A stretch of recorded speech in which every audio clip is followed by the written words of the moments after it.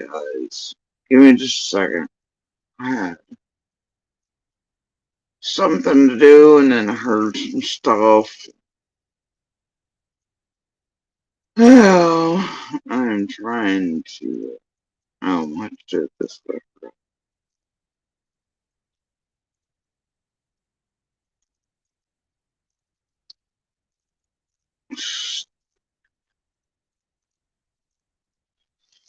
Man, earlier this thing went and did some stupid shit. Uh, then we're not, and look here, the dogs losing their shit, going bananas. All the teenagers everywhere in the neighborhood decided they were going to get together tonight and have band jam sessions. So you're going to hear some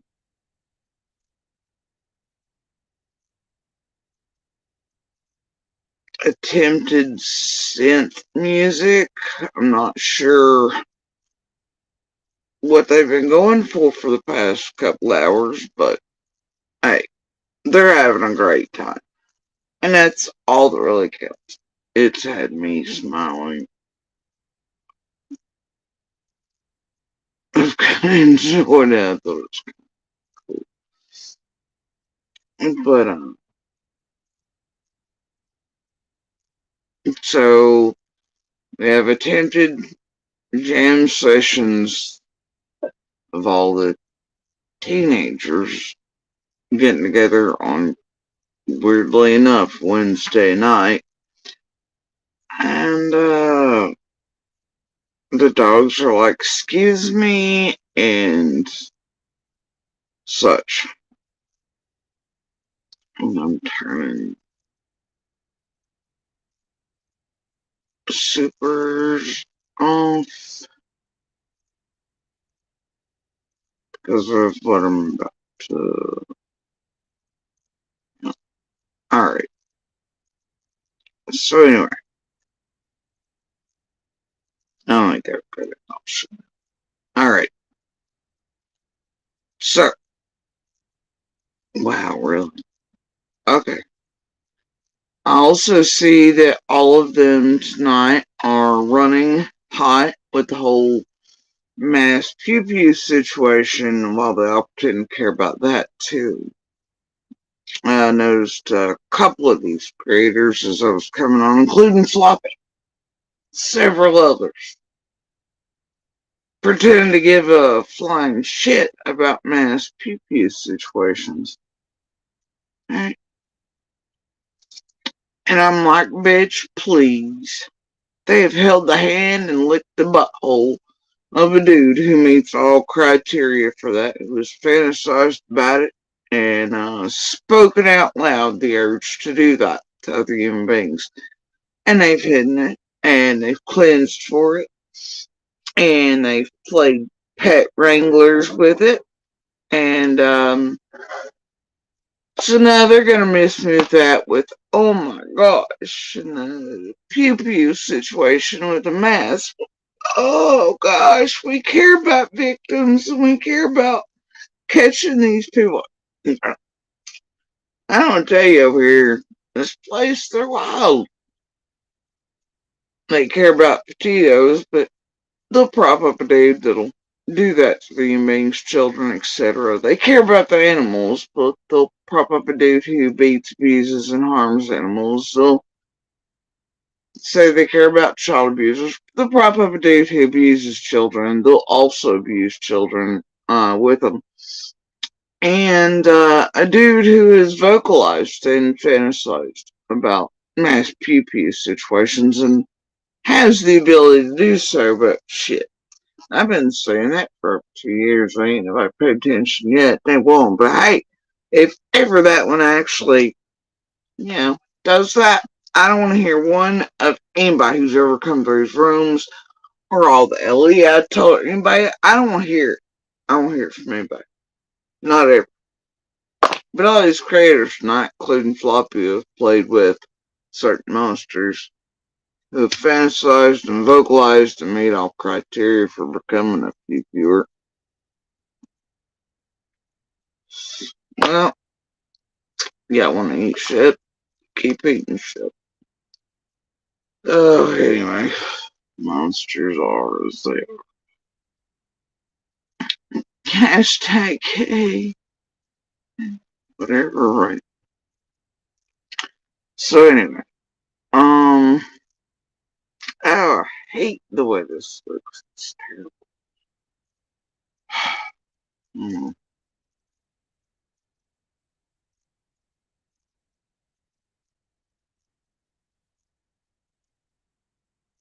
Y'all go right ahead, doesn't it? By their faces, they're faux concerned. Bullshit. While they've hidden and cleansed people who fantasize about and vocalize about doing that exact same thing. Meet all criteria and have the clear ability to do so. Yep. Y'all go right ahead by their faces and their tones. Horseshit. It's not okay. Well, they've all protected someone that wants to do that to other human beings. Go ahead. Anyway, y'all. And boy, they are running hot. They've been trying this shit since hours earlier. Weird how these times limit, but I gotta tell you. Also, it's weird. It's weird for me. Something earlier. Matches something sent to me out of a live stream of Justin's yesterday. I didn't know what I'm supposed to do with that.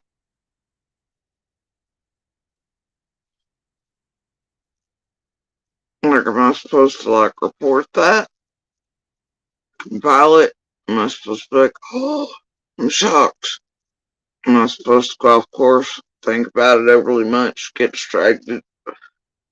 Am I supposed to go, oh god, they have me hacked? Well, that wouldn't be anything. I don't know what I'm supposed to do. That be freaked out. Shit, I don't know. All I know is that there's having in Bluff City Bender on about 6 accounts all are the same. Far too far to have been hanging out with C at any point early on, so anything said like that to how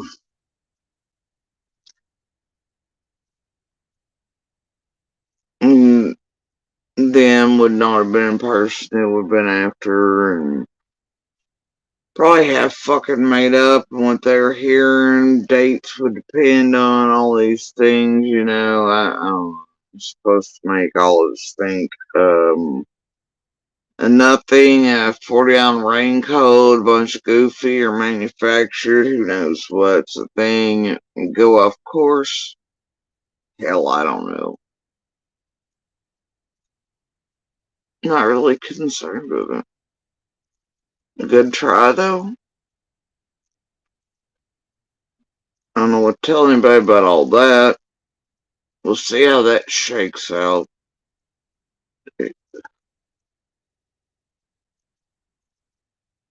Eh, it's so weird right here lately.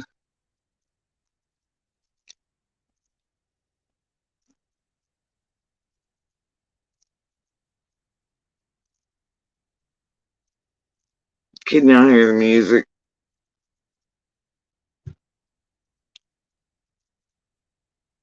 I mean, they've got the guitars and all kinds of does not go together instruments.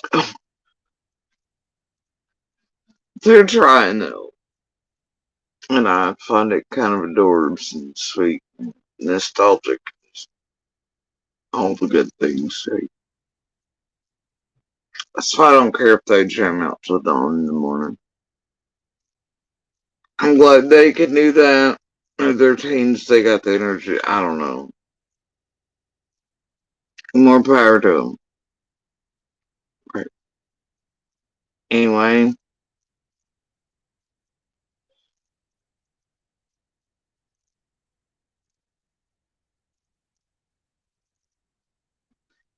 I don't know though. There are some of these noises that are coming from guitars. I don't even know how they're making. I didn't know guitars would make those. They're making.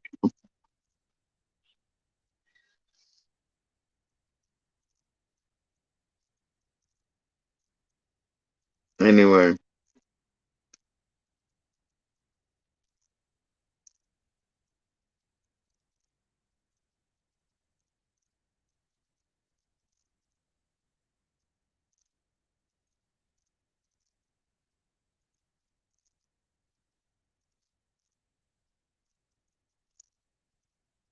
they'll get the hang of it.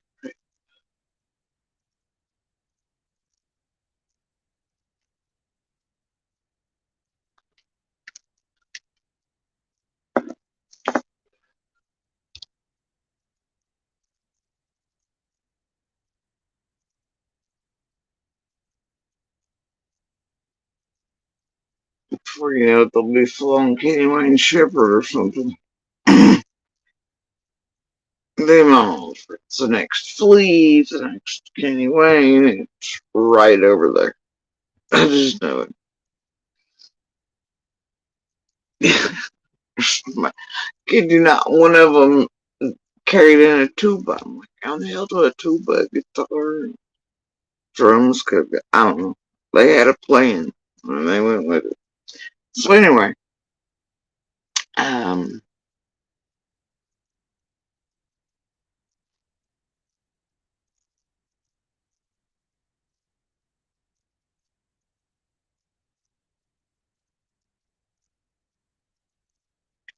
it's been an interesting mix.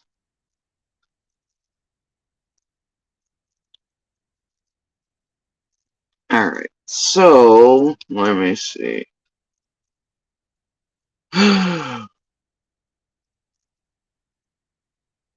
Where to begin?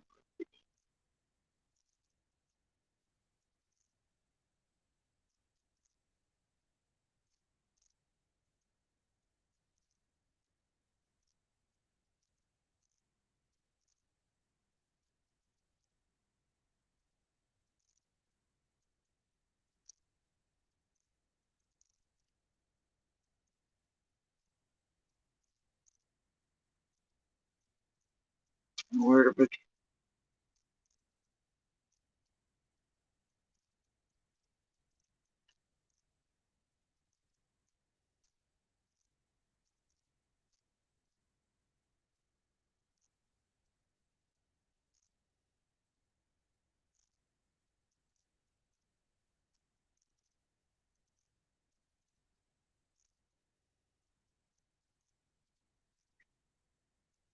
You know,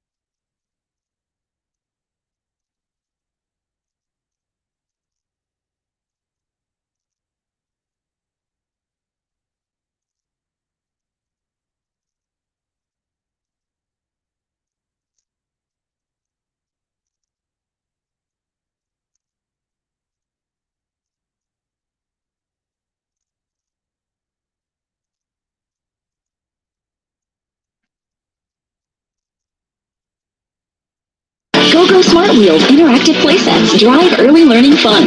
Zoom over smart points to hear fun phrases and sounds. Race to the finish line. Going so fast. It's been the goal of this team since day one to find Summer. Don Wells was released from jail in October of 2022, and he broke his silence in February ahead of Summer's 7th birthday. So, because she was growing. A roughly $40,000 sum. Arkansas. Her brothers are in DCS custody.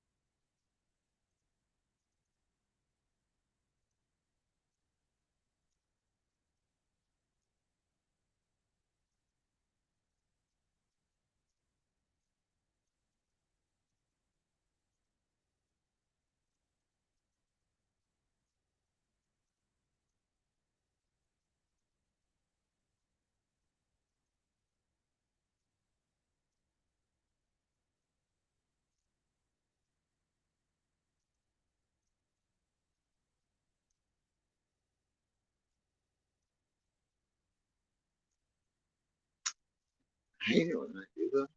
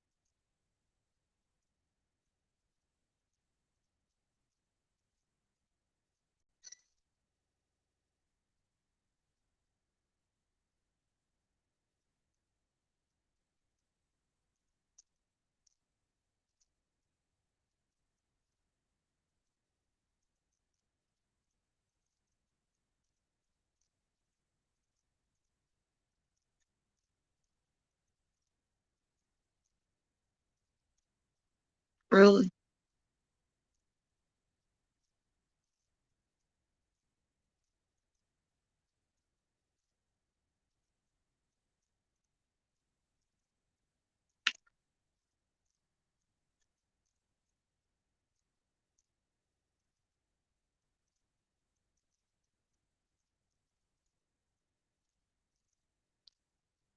Okay.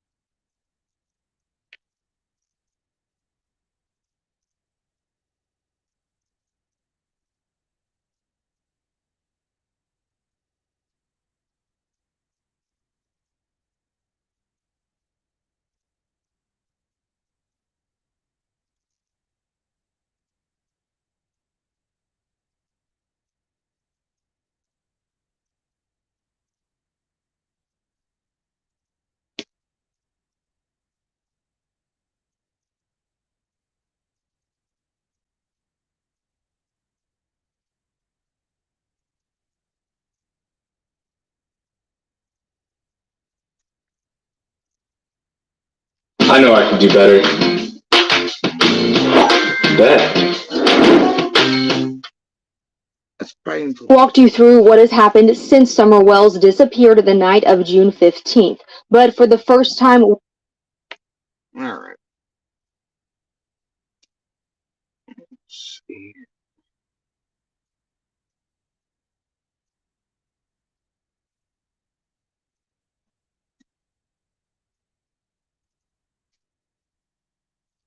Took me a minute.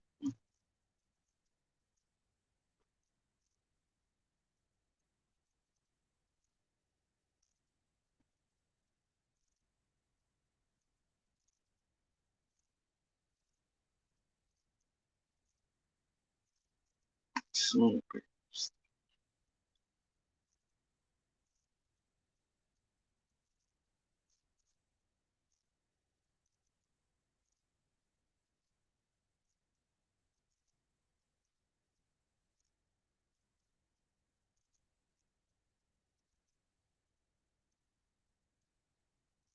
Alright.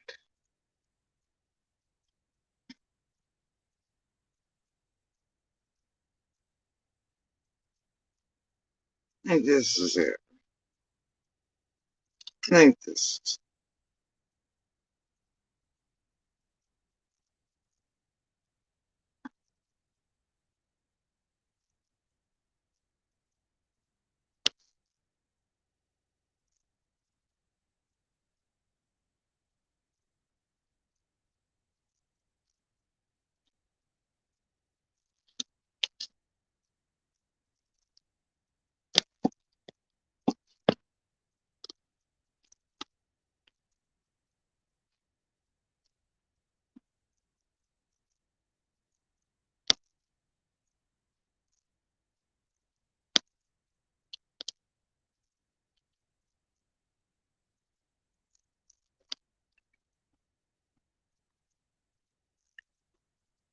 right.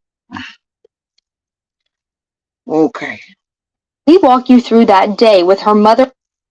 From their home in Hawkins County, News Channel 11 continues to work to find answers. Tonight, Ansley Daniels in the Beech Creek community with a timeline of June 15th, 2021, leading up to that night. We've walked you through what has happened since Summer Wells disappeared the night of June 15th. But for the first time, we walk you through that day with her mother and grandmother from their perspective just hours before she was reported missing. Candace and I got up that morning. She came out and took me into the ER because my leg was messing up on me. The hospital is about 25 minutes from the Wells Beech Creek home in Kingsport. She took me into the hospital, and I ended up getting a shot for it to get rid of the pain. And they prescribed me medication. Summer, her mother, and grandmother spent the day in the closest city to their house. Then we waited around for my prescription. Summer went swimming that day at the horse stables, I believe it was. We were waiting on my mother's prescription from the drugstore at Walgreens on Fort Henry. The three, along with a friend that Candace describes as a minor, then came swimming here at Warriors Path State Park. It's where the last known video of Summer was taken and then posted to TikTok. We had to wait for Mom's prescription at Walgreens, so we just went up to Warriors. Swimming that day, hospital. Morning, she came out and took me into the ER because my leg was messing up on me. The hospital is about 25 minutes from the Wells Beech Creek home in Kingsport. She took me into the hospital, and I ended up getting a shot for it to get rid of the pain. And they prescribed me medication. Summer, her mother, and grandmother spent the day in the closest city to their house. Then we waited around for my prescription. Summer went swimming that day at the horse stables, I believe it was. We were waiting on my mother's prescription from the drugstore at Walgreens on Fort Henry. The three, along with a friend that Candace describes as a minor, then came swimming here at Warriors Path State Park. It's where the last known video of Summer was taken and then posted to TikTok. We had to wait for Mom's prescription at Walgreens, so we just went up to Warriors. There was all kinds of trash everywhere at Warriors when we showed up. And I let Summer out to play, and we just stood there for about 15-20 minutes, and then we all got back in the truck and went and got Mom's prescription, and I took him home, and then we came home. And so then Summer came back here with you later that afternoon, right? Yes. The trip from Warriors Path back to Ben Hill Road is just over 17 miles. But Bly couldn't recall how many hours that was before she reported her daughter missing. About how many hours was that before she was reported missing? You know, I really can't tell you all the time details because time gets away from you when you're trying to enjoy yourself. The three then returned here to their home on Ben Hill Road. A neighbor says that she first heard Candace calling for Summer around 6 o'clock that night. Police say that she was reported missing around half an hour later, around 6:30. In the Beech Creek community, Ansley Daniel, News Channel 11. Now, this recount is based on what Summer's mother and grandmother told News Channel 11 about the day of June 15th. You can view their interviews about the night Summer went missing and see all of our coverage about the search for Summer on our website, WJHL.com.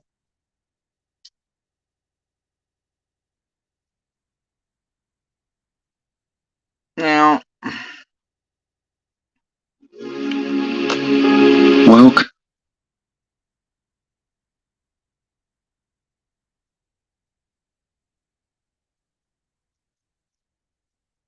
you'll notice, like so many have, that they say the last known video, Summer is at the lake, right?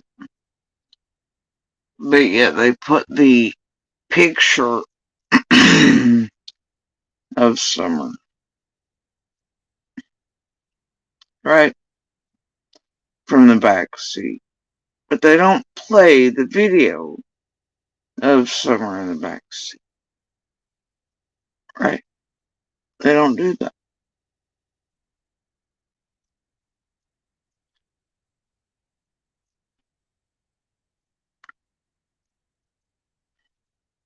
I mean, obviously they were aware the video existed if they had the picture.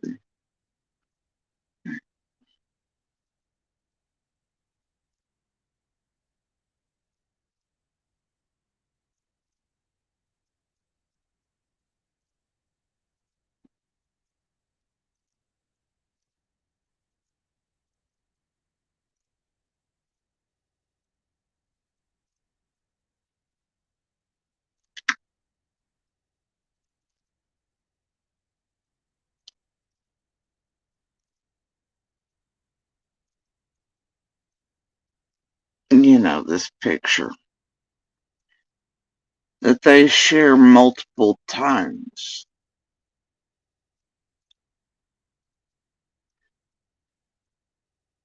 During that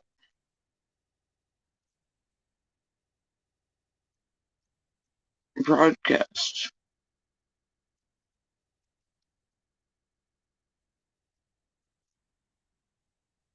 And there again, they show it.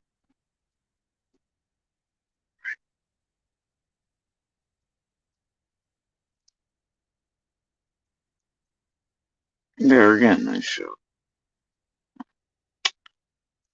But who knows? Maybe they weren't aware. Maybe they only knew of the picture itself.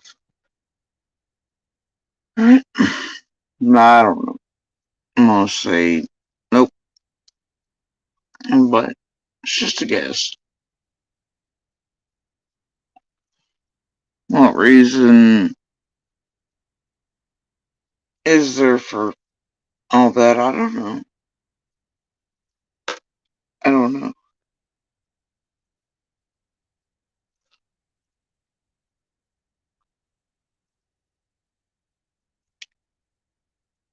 Now,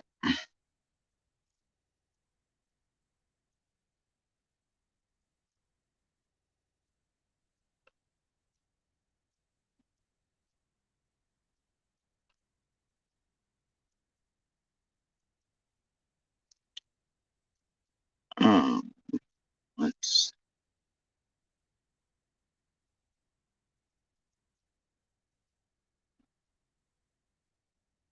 Hmm.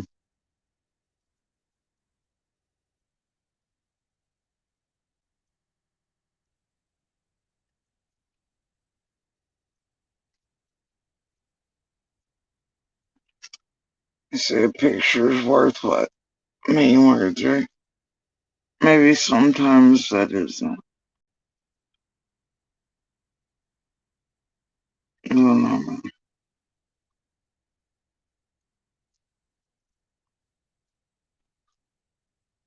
Um,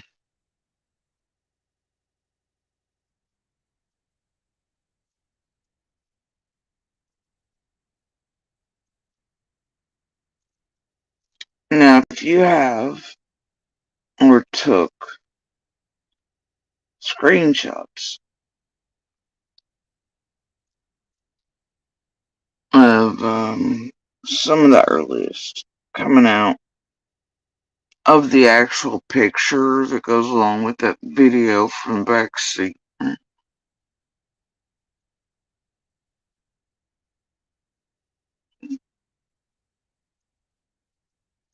little clearer than most of what these creators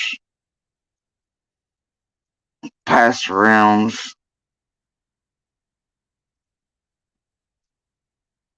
And for me,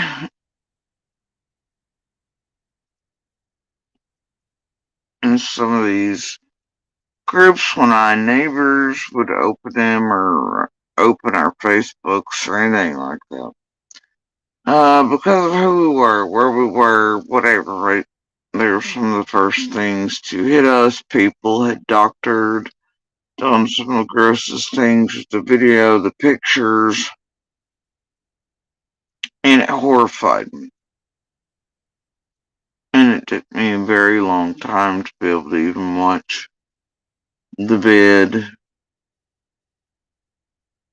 look at the pics, though I had very early on grabbed screenshots as they were coming out.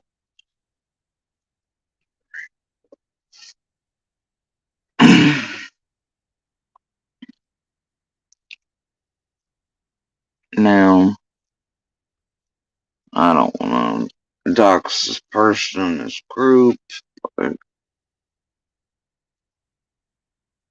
the thing is, it's the photo, right? It's the photo.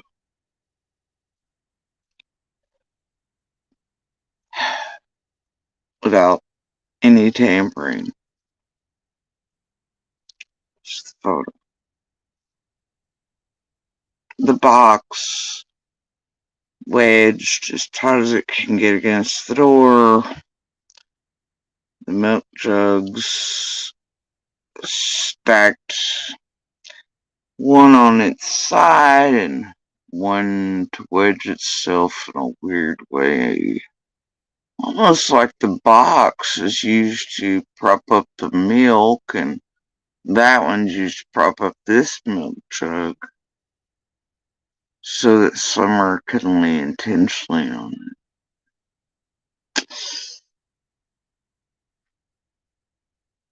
it. The hood, it's attached to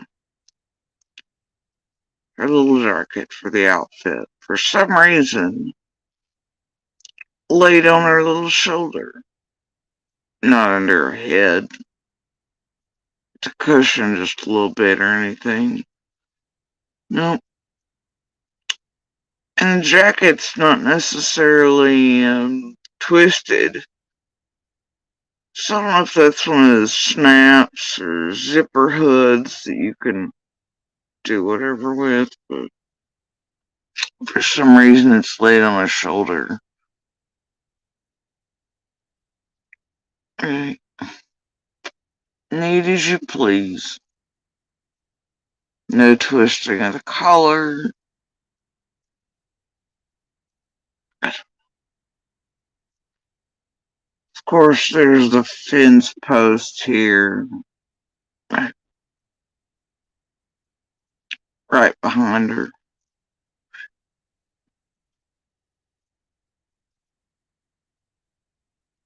Inside the cab with her.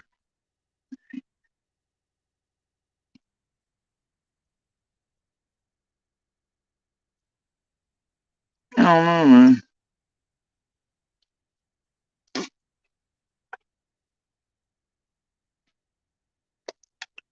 Don't know.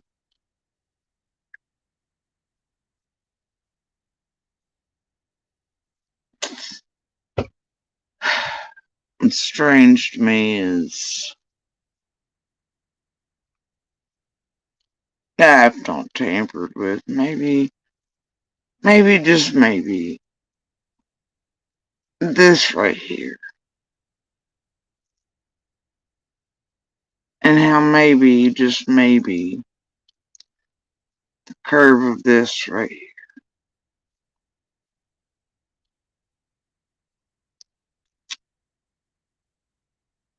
And then the scattering of candy. and an orange drink. Clearly not sat down upon by wet shorts in a pond.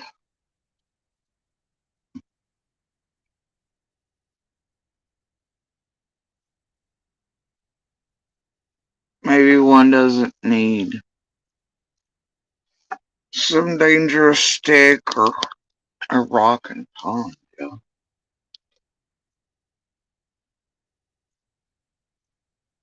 Maybe you don't need that at all.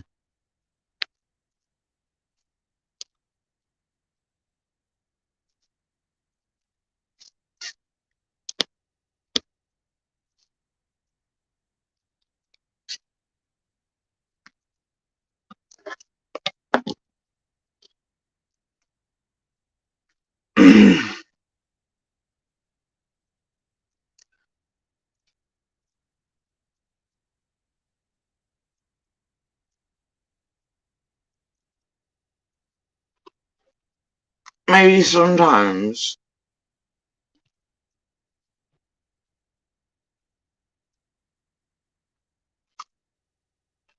average Tuesdays suddenly become not so average Tuesdays.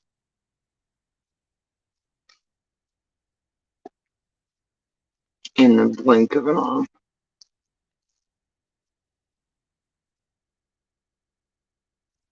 But then certain people do certain things that make them not so average Tuesdays for a whole lot of people. Well, it shouldn't have been made that way.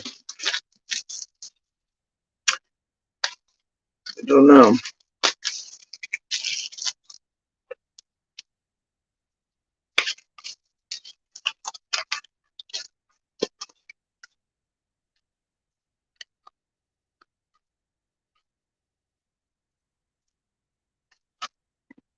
Don't know.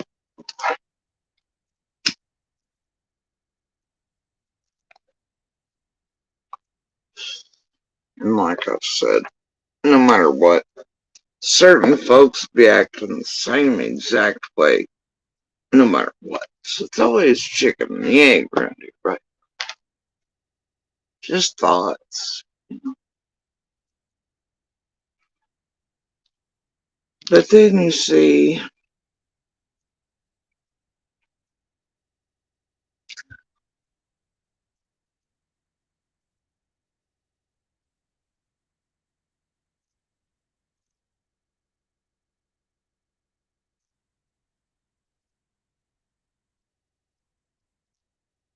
so many things in between so many other things, isn't there?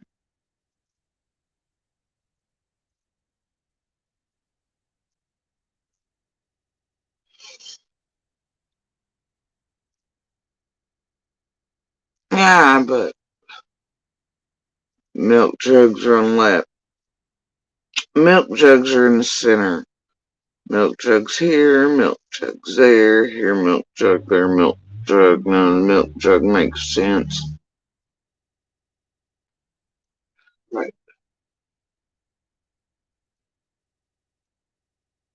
Why wouldn't you just put the damn milk jugs in the back of the truck?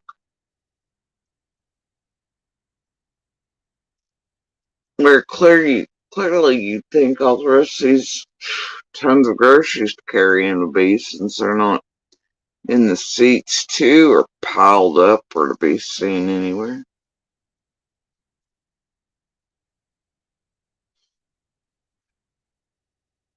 Surely those are in the back. I don't know. It's so strange, isn't it?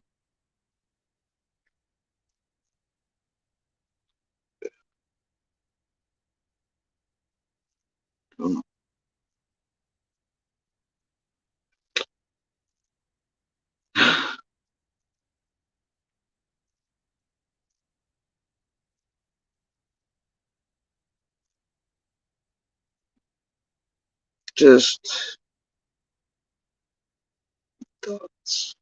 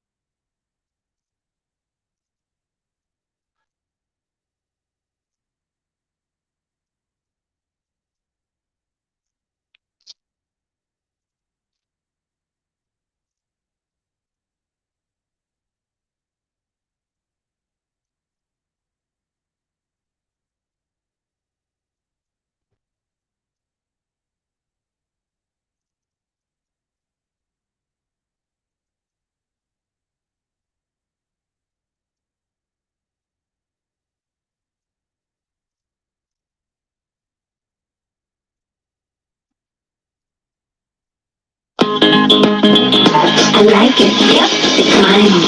The prices blow my mind.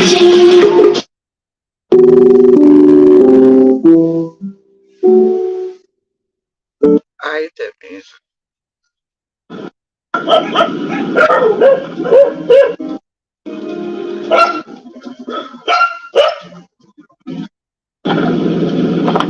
And she could have even, there's a million possibilities here. Yeah. Usually you can see the road because they have went through in a few days prior all the way up here. Yeah, I see those, yeah, I can see the cars going by. And that is, okay, just so it's like, from where, and I'm going to just use this little one, is that okay? Okay, so from where, when you got home, now she's leaning. My mom's truck parks here. Okay, your mom's truck's right here. Yes. Okay, so when she's leaning against the milk, is she sleeping? She was sleeping, yeah. Okay. From exhaustion from that day? Yeah, she was. Well, I woke up early and she usually sleeps until 9, 10, even 12 o'clock if I let her. Okay. How did the milk bottles get rearranged? Hunter said he had them on the floor and then he put them next to him. They weren't. Is that true? No. Okay, so walk me through that. When we dropped them off, they were actually still on his lap. Okay. And he put them on the other side of Summer. Okay. So he reached over? Yeah, he set them over there by that. There's a black tote she had in there. Okay. Was there, where's that tote? Cardboard box? You said we were by it? Or did he wedge them under perf clay, one on its side and one on top, and make sure it's wedged under the cardboard box, all wedged against the door to keep it all in a way.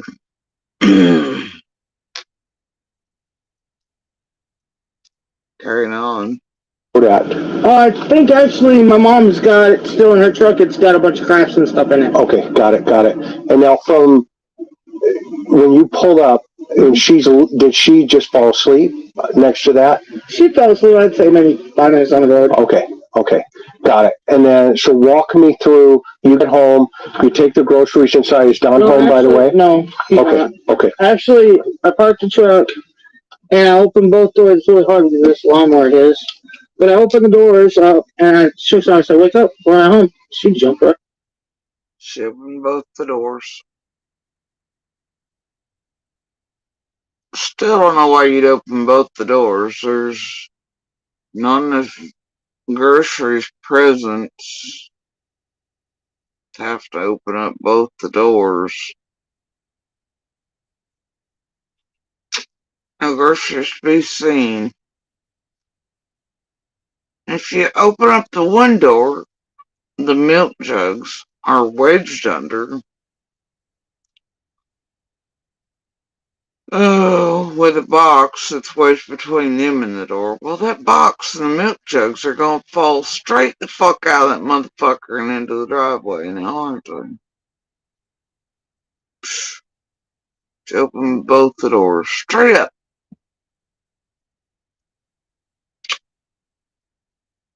Okay. Weird. Okay. Like nothing. I'm buckled there, and I said, come on. I said, Mom, I'll be right back there. Like I said, I've never known a child ever need to be unbuckled. Watched her many days just walking around the van, not restrained, etc. Through many a vehicle, that child did not like being in car seats like most. Or restrained in any way, as you could tell.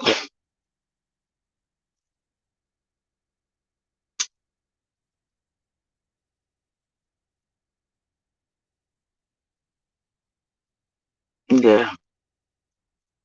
She definitely need your help unbuckling. From a seatbelt that wasn't even over her shoulder or anything.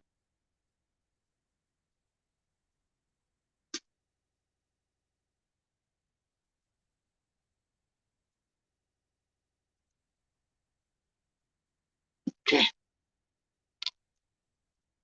Went in there and got the boys, and they were sitting on the table. And I said, come on, let's get the groceries out. And we bought them all in the house, went through them all. did all that. And this is her, that's her That's swing. her swing right there. Come show me her swing. Why is this, and who's this? That is Smoking Boots. That's my boy's cat. And how many dogs do you have here on the property? About? Honestly, I don't know because people just keep dropping them off. Hi. I know. Okay. Okay. Sorry. So this is her swing. That's her swing. This is her playground. Yep. And she loved this area. Boy, you know, I'm looking at this, and this terrain, Candace, just strikes me as being so dense and just. Is that what they say, the dog trail? Where's this dog trail thing? That I'm not sure, honestly. There's so many of them. The dogs go in every different. Yeah, I saw the dogs came out of the woods as we were pulling up. Yeah. Okay. They do that all the time. Okay. That trail right there, my boys, they ride those dirt bikes that are leaning against the truck over there. Okay. You can see there's one of them. Okay. And they Those are like 50 cc's, aren't they? Yeah. That one ain't. I think it's only like 25, I think. Okay. But yeah, they go down that trail with their dirt bikes and then come back up on the road, up on the driveway and go around and stuff. What was it about this swing that is just so important for her? She liked it. She just liked the swing. All the kids did. Now, I don't want to talk about the boys right now because I know that's, you know, a tough another part of your heart. Okay. And that's none of my business. I'm not here for any, you know what I mean? I'm not here to judge anybody, right? Right. I'm here to talk about Summer and help you find Summer, okay? And help anybody find her, okay? That messaging. Okay, so you go into the house. Go in the house. Can I follow you in, or you're comfortable with that? Huh? I don't know what about you. It's just the cat, my cat food. And is this, they're gonna attack me? No. Oh, I was just, I'm teasing. The dog's gonna attack me. So, this is the scaffolding you're talking about. Yeah, that's my, Okay, so she comes up, jumps up, and goes right in. Yep. Okay, how many cats? You know what? You should have like a zoo license. Yeah, I'm seeing all kinds of critters, which is good. Okay. And they're actually sitting right here at the table watching TV. Okay, so they're at the table. Yeah. What happens when she comes in? The boys are playing where? No, the boys are actually sitting here. Okay. Actually sitting here. And they're actually sitting right here at the table watching TV. Okay, so they're at the Actually sitting right here watching TV. Table, watching TV. Okay. They're all locked in. Nobody can get in. Nobody can get out. Okay. Kind of thing. Now, who's this on up here? That's my little sister that's missing. Oh, that's Rose. That's Rose. Oh, wow. Yeah. Wow. And who's the guy? That's her ex-husband. Wow. Do you think he had anything to do with that? I don't know. Okay. Yeah, we don't want to go there. Can't say. How's your mom deal with that? It's difficult. Yeah, I know. You know I know, right? So, okay, watching TV, where's Summer? Summer, she was with me. Okay, so walk me through that. Alright, well, we walked up in here, we got Josie, Wyatt, and Waylon, the boys. Right, you put the groceries down, right? Yeah, well, we went back out and then we brought the groceries in and put them down.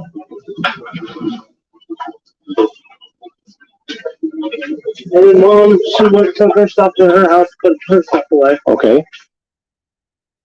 And then Mom went to her house and put her stuff away.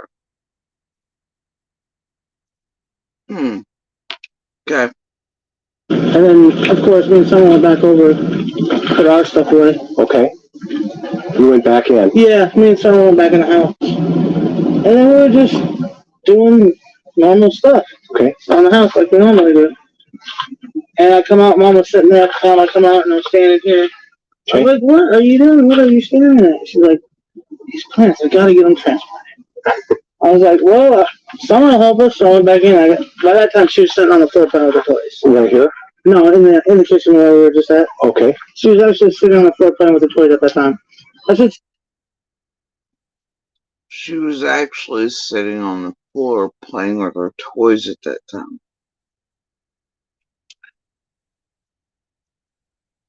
Actually. Tell me you want to help plant flowers, and she jumped up, left her toys and us. Jumped up. Two jumped ups and 3 actuallys. Yeah, that's what kids do. It's their job.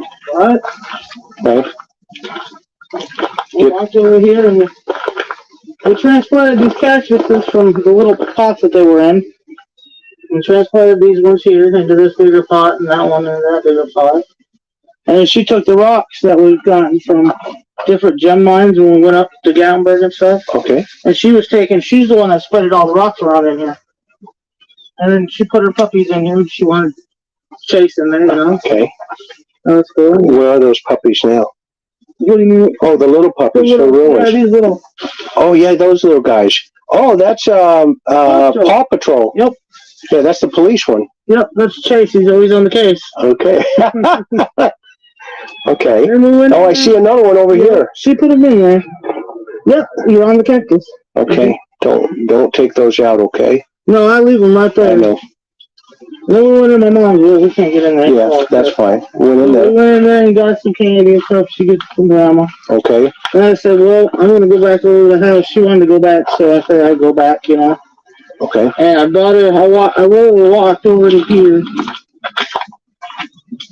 Like, literally walked right to here where I could see the boys and on the kitchen table. Got him. And I watched her walk in there. And afterwards, when she was already in there, I walked over and I said, why? And he looked at me and I said, watch this, I'll be right back. And that's when I walked back over to my mom's. Okay. And I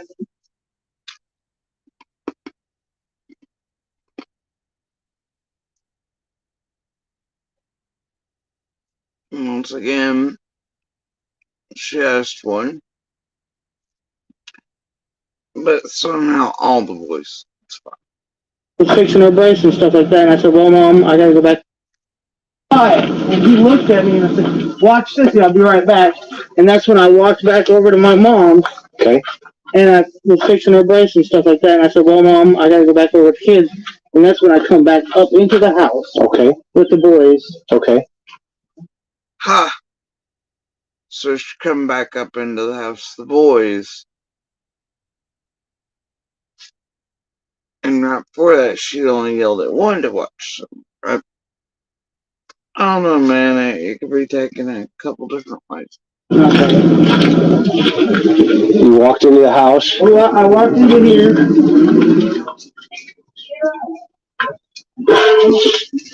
Yeah. Walked in here and them three were sitting right here in front with their eyes glued to the TV, like always. And I said, boys, where's your sister at? Well, she just went downstairs, Mom, to play. So I went over here like this, because this is where the stairs are. Okay. It's actually down under there. Oh, down into her Down into bedroom. Our bedroom, and then hers is on the other side. Oh, okay, in the basement. Yeah, in the basement. Well, this makes sense now, see? And then I yelled, I said, Summer, Summer. And I listened for a minute, I didn't hear nothing. So I went like this, because this is how I would get down here. Yeah. Well, I don't know if you want to down there or not. Do I gotta be, tiny to get in there? No, you should. Can we come in from the other side? Well, we can, but it make more sense if you went this way. Okay, I'll follow you. Oh, man. No, with my 6-foot husband, if we can fit down here, you can. Huh? My husband's 6 foot, I know if he could fit, you can. And over here, well, it's a mess again. That's all right. But this is where Summer and little Waylon was, because Waylon's only 9. Was. Okay. And they stay down here. And these are all her toys, all her Paw Patrol, All her movies. She got a movie about the The sailor. boys I brought back down here after she went missing because I didn't want them upstairs by themselves. Okay. And this is all her toys. These are all her toys. All these toys that are down here are dang all hers, except for like the trucks and the Teenage Mutant Ninja Turtles and the game system. That's the boys'. Okay. But them are all her toys. And she's really into Paw Patrol. I see Yeah, that. I've been collecting from day one. And these are all her little ponies that I've bought. And then these are them girls that she likes. All these. Oh, this is little pony bracelets. Yeah, I don't know what they were really called. This is, I understand her now. Yeah. Even better. That's the look under. Yep. And then I come over here and I look, with the most I ever see underwear. And I don't recall if this was locked or not. I don't recall that. Okay. But I know, it's hard on me. But I know I did come out here and I said, Summer, because sometimes she'll sit right here and just sit here and play just for, And usually when she comes out and she goes directly that way up to the swing. Oh, okay, so this is like her, Yeah, when she come running out. Oh, yeah, you can see the Usually. path here. Right to the swing. Right, you can see where she could have run right up to and this is here. all the further she would go. She wouldn't leave. Okay, She wouldn't go nowhere else. okay. I want to go around this side. What is this blue thing here? Oh, that was, we were putting, trash in it, Okay. and we did have a trash man at the time, but he stopped running. Oh, wow. I don't watch this. Okay, I'm gonna film around this side. Now walk me through, what's this little, Oh, that right there? little cave thing there? That's not really a cave. Actually, we built this addition, me and Donnie and the kids, Oh, okay. and we left this part open because the dog, at the time, we did have little puppies. These dogs were little puppies, and we let them go under there. They would run in and out of the bush over there. There's actually 7 pups up under there now. Yeah, a good place to put dogs for sure throughout a couple years period. Anyway. Okay. And it's always been open like that. Mm.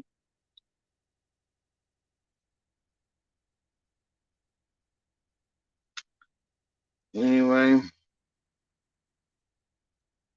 So many just WTF moments, right? By this time there's been far too much time, but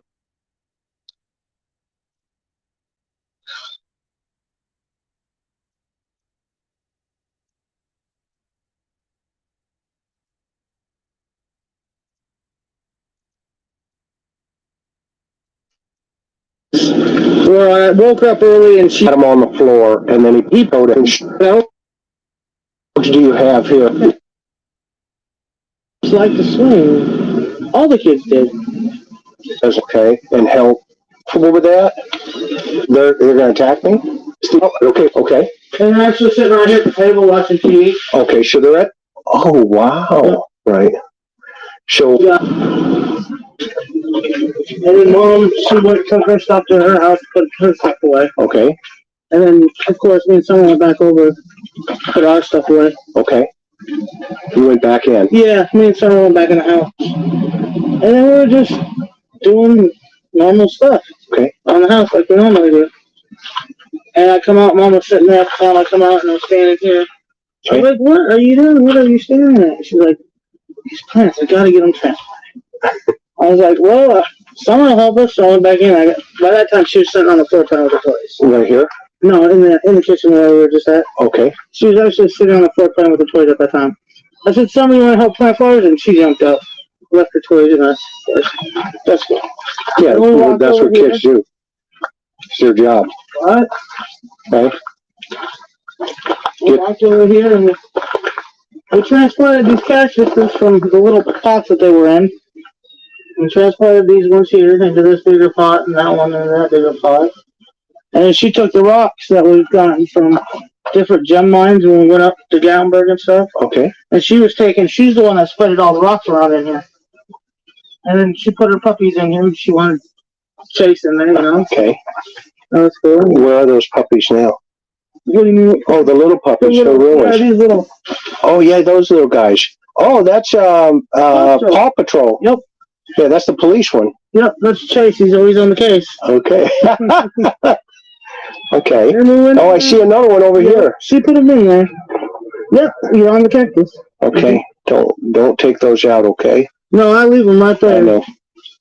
No one in my mom's room. We can't get in there. Yeah, that's fine. Went in We there. went in there and got some candy and stuff. She gets from grandma. Okay. And I said, well, I'm going to go back over to the house. She wanted to go back, so I said I'd go back, Okay. And I brought her, I literally walked over to here. Like, literally walked right to here where I could see the boys and on the kitchen table. Got him. And I watched her walk in there.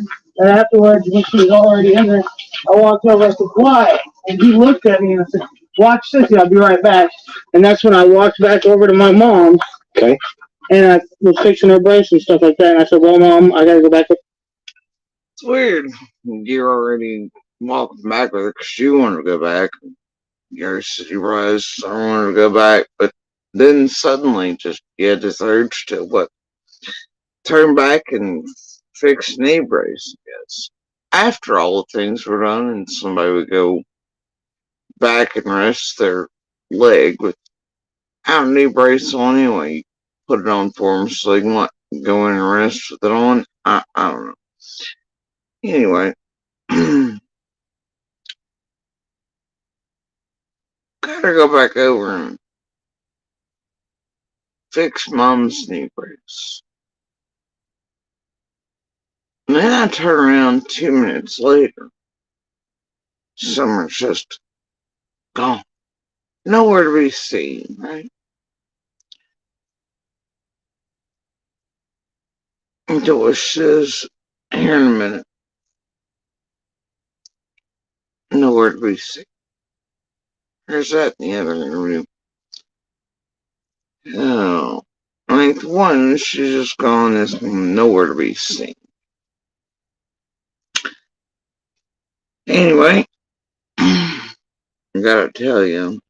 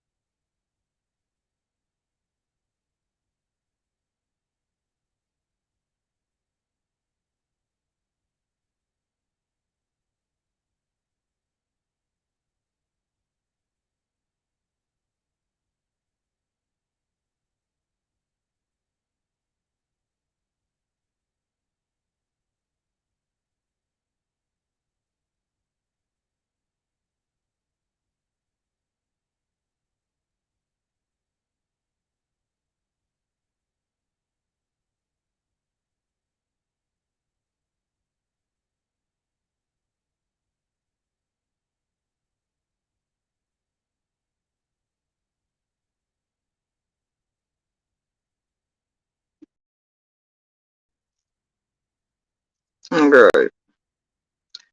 Now, I know this is gonna seem silly.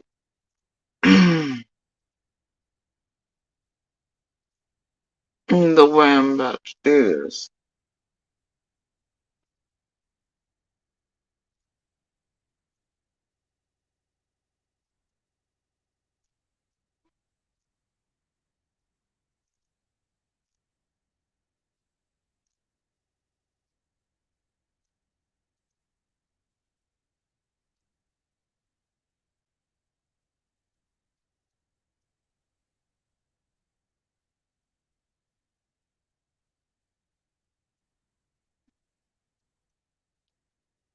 But there was an abundance of things it seemed like, Candace was just turned around for 2 minutes fixing. All somehow at the same time that day. Right? Oh yeah. The abundance. And every one of them, shit. 2 minutes. A second. Making, fixing, doing something, right?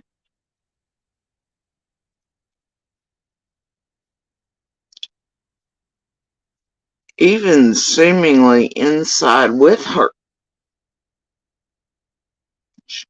Turn around and she's gone. I like that. You just turn around no matter where you're at and she's gone. Right? Right? You just turn around and she's gone. No matter what you're fixing and what you're doing. Inside with her or knee braces outside. Just gone. Just gone. Shit. Just gone. Whether inside with her or you're outside fixing something or inside or up. So she's gone. Huh?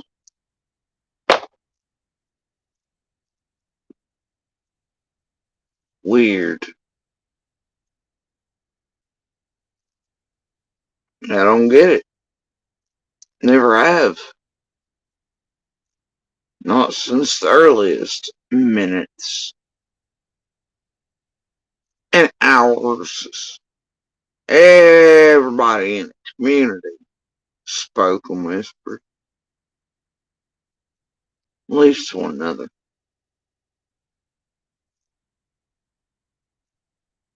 Right?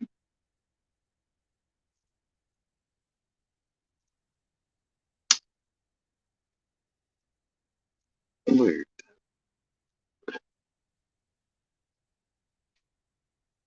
Still, I try to figure out how someone could be inside and fixing things and a child in there and then gone. And I still wonder how 2 minutes fixing a knee brace made no sense. Gone and shit, I don't know. However many weird and different was fixing or doing or inside or outside and then just poof gone. Things there. Whatever though, right? Tell you though, what I find even weird.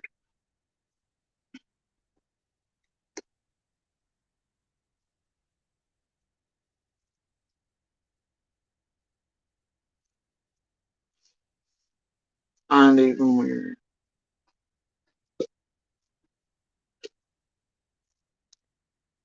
No man, I don't know, every day I ebb and flow, weigh, burn, pull pieces in, pull pieces out.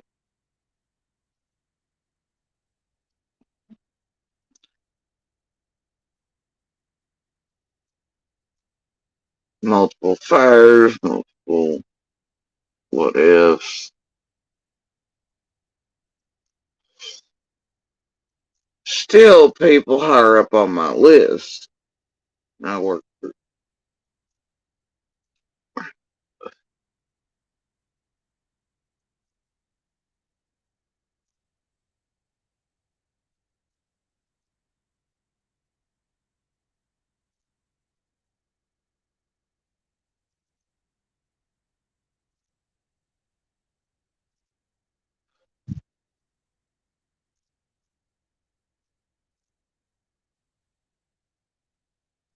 found this.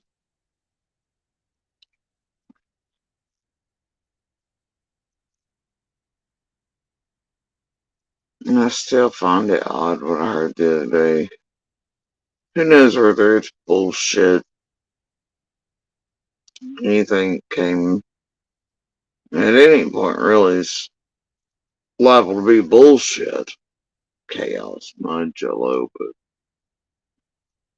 further outward you get from 15th, it's whatever, but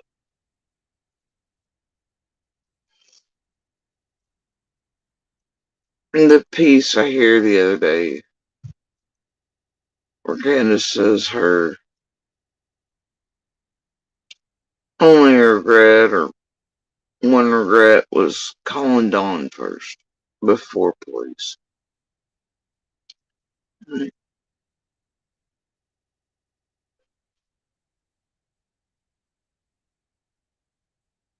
love to have a date for that.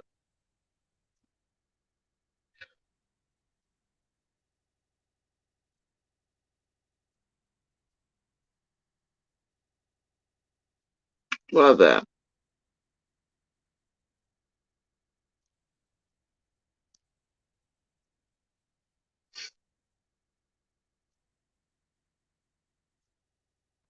Yep.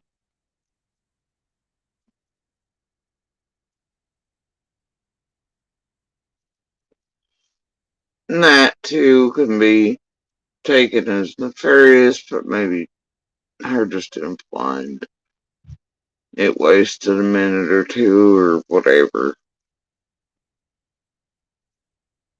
Who the hell really knows? Maybe she means that's because somebody else started forcing her, building or weaving a story.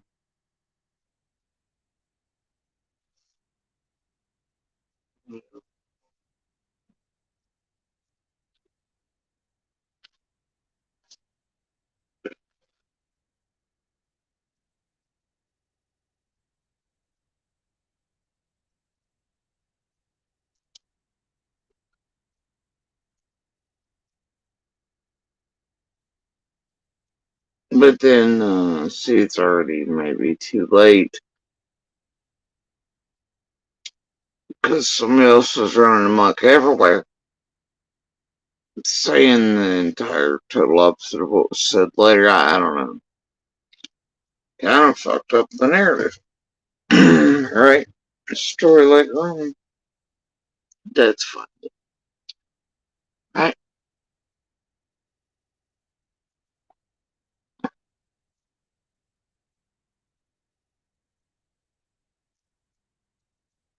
wonder a great deal. Many things.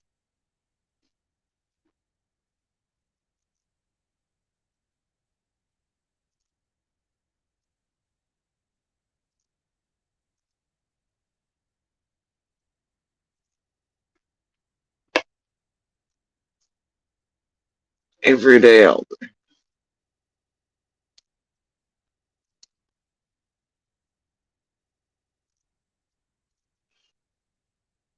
find this.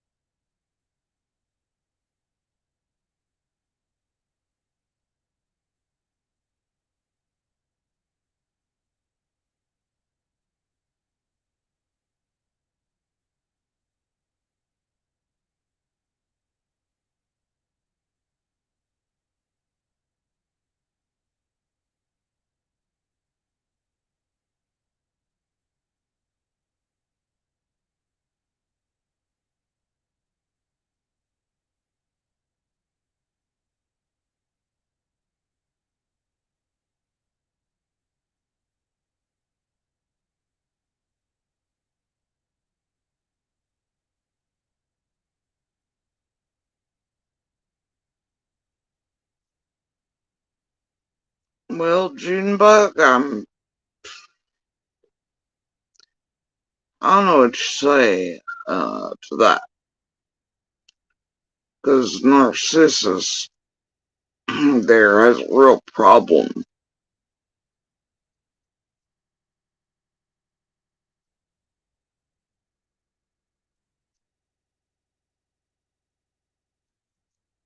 Right.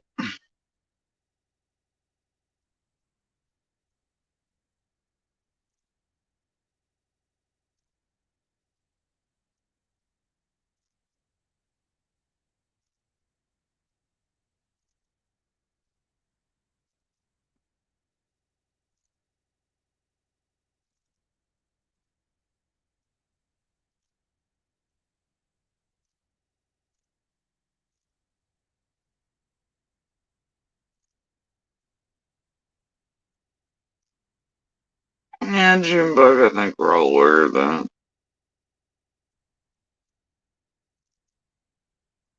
But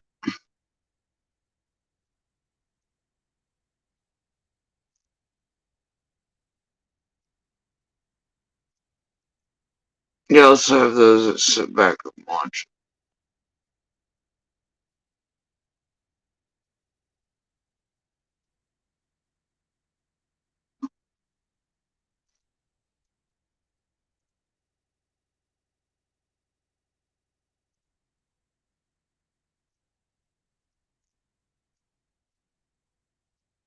And I guess you'd have to define like this.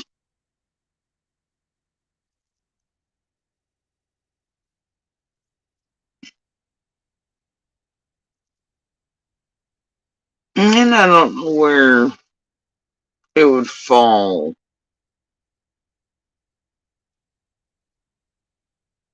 It's like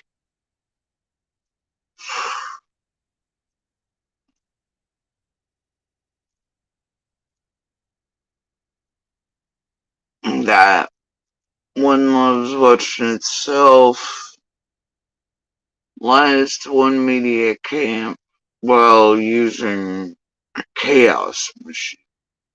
Can't get enough of itself and watching itself. And both can't get enough of watching what they help create. But the thing is, either way you cut it, I'll be doing the same thing.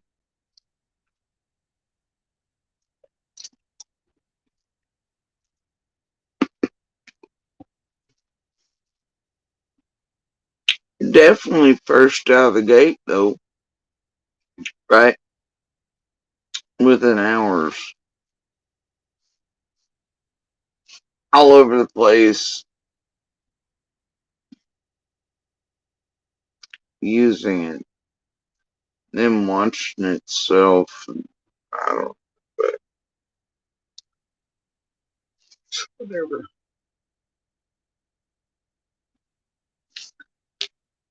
And it still would depend. Chicken or the egg. Chicken or the egg, right? Hell, I don't know.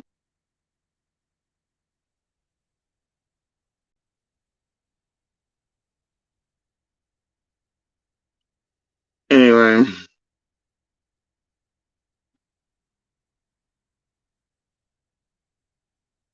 Media and all of that, and being joined by Tracy with Tracing the Truth also. So, Don, we're going to.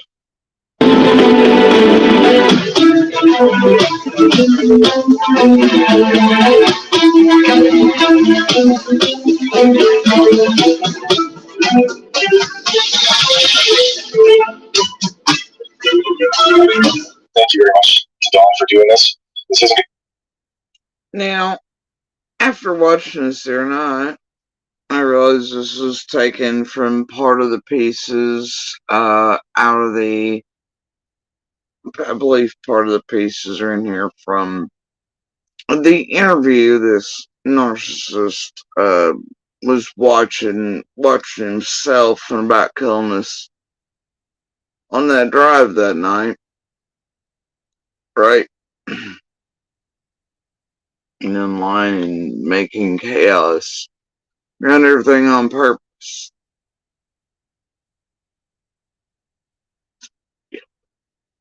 So anyway, and for those unaware, this is how long chasing is, but oh, I don't know, touching stuff and silently in the corner. Well, actually, far before this, but it's fine. We're just gonna. It'll be a crucifixion. We're just looking for some answers and setting some things straight. So letting him have his voice unmanipulated by anybody's personal games and media and all of that, and being joined by Tracy with Tracing the Truth also. So, Don, we're going to get into then you talking about the environment of where your house is, all the drug dealers living around there and everything, and just answer that and talk about it however you want to. okay, yeah. So yeah, there is a lot of drug issues of people, that are searching for meth or pills or whatever. But like the other morning, I posted some pictures, of that red truck. That started at 3 a.m. and it's out there raising Cain, at 3 a.m. But so we don't know, and we've had stuff come up missing. And he tells the story like it was his, right? He also told me thank you at a certain point because he was like, "Hey, Josie, thanks for letting me know what time you heard that truck and the screaming and all that, or I wouldn't have known."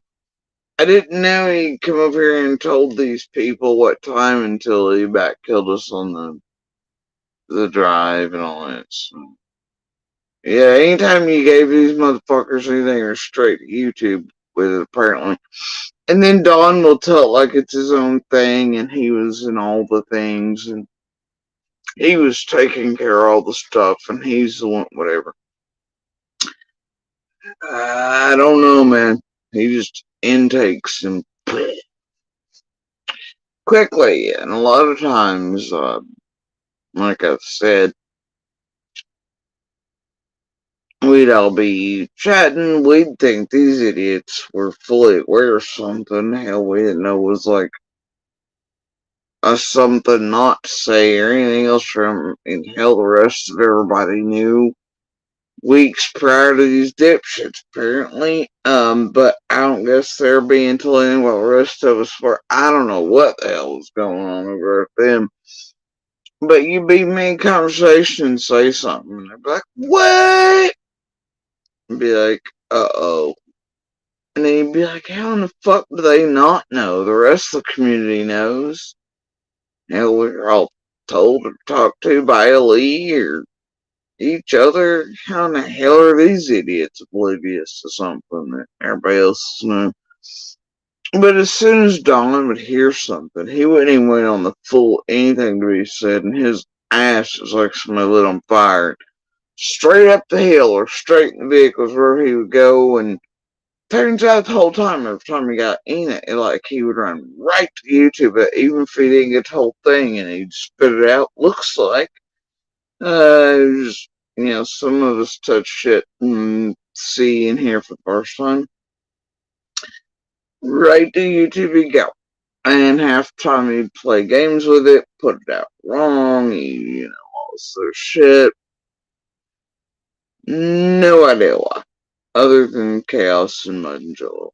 Or whatever. Who the fuck knows, but just can't. So anyway, carrying on. People are in and out there all the time. I didn't really realize it was rough, how rough it was there.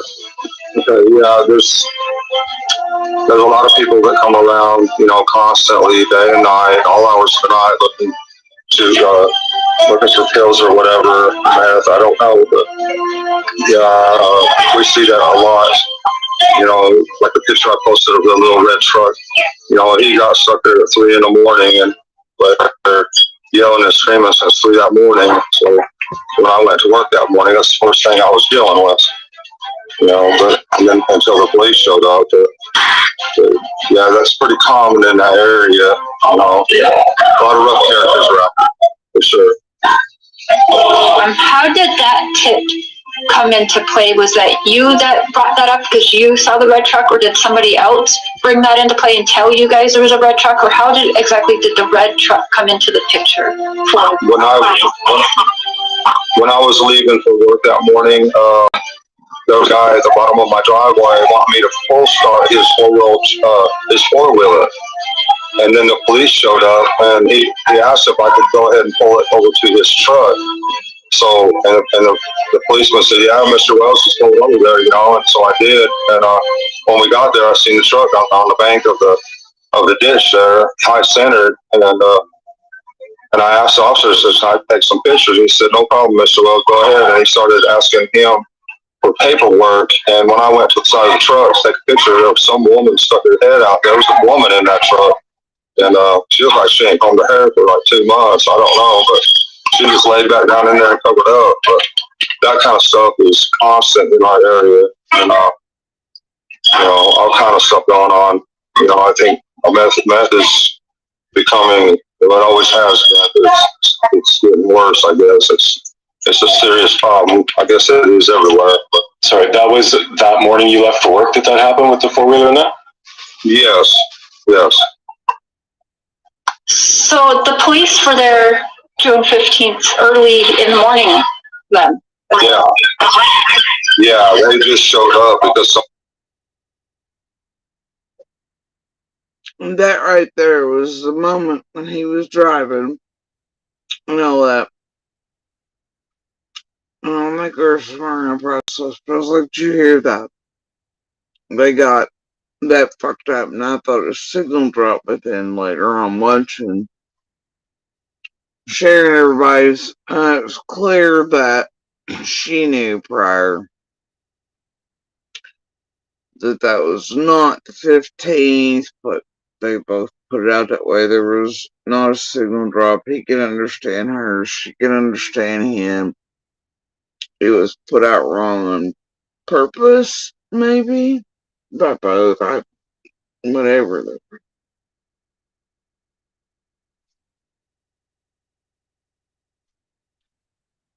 somebody else called the law. Were you hiding in that shed when Chris did the interview with his wife?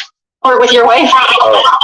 No, I was actually at work. That's one of the things that made me mad when he commented stuff like that. I mean, knowing that all these people are watching his show, and you know, we let him come up there to our house, and he's going to do us like that. Yeah, I just thought that was a little unprofessional. It really upset me.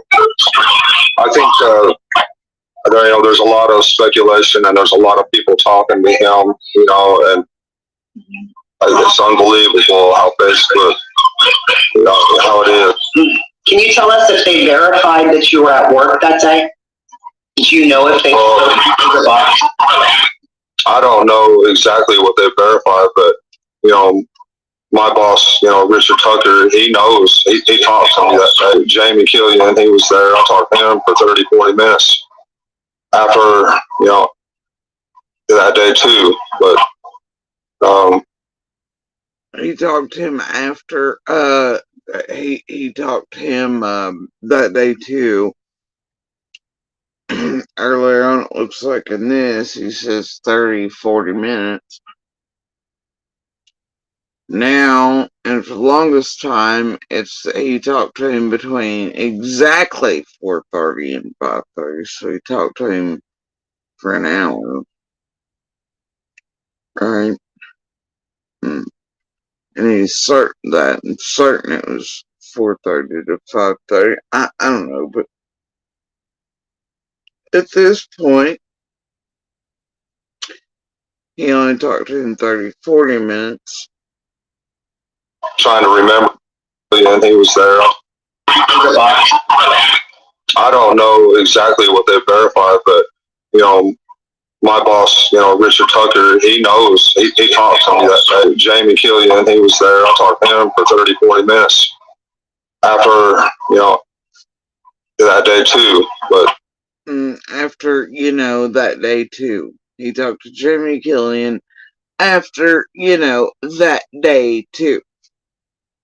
Now, what the fuck do you mean after that day too? He talked to him 30, 40 minutes after that day too. Whatever. Either way it goes, it's whatever.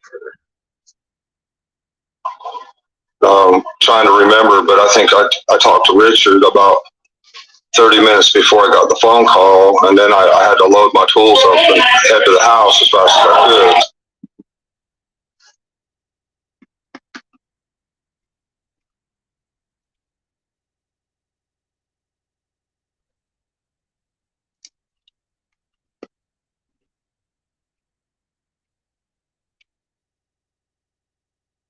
Now remember, early on, he thought everything was at 5:30.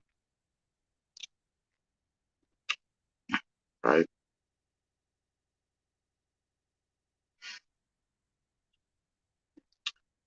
He says even still, he sat down with Jamie from 4:30 to 5:30. Back then, though, he said that, yeah, he talked to his boss for 30 minutes before getting the call. I guess he was talking to Jamie and his boss on the phone simultaneously at 5 to 5:30. Shit, I don't know. Like,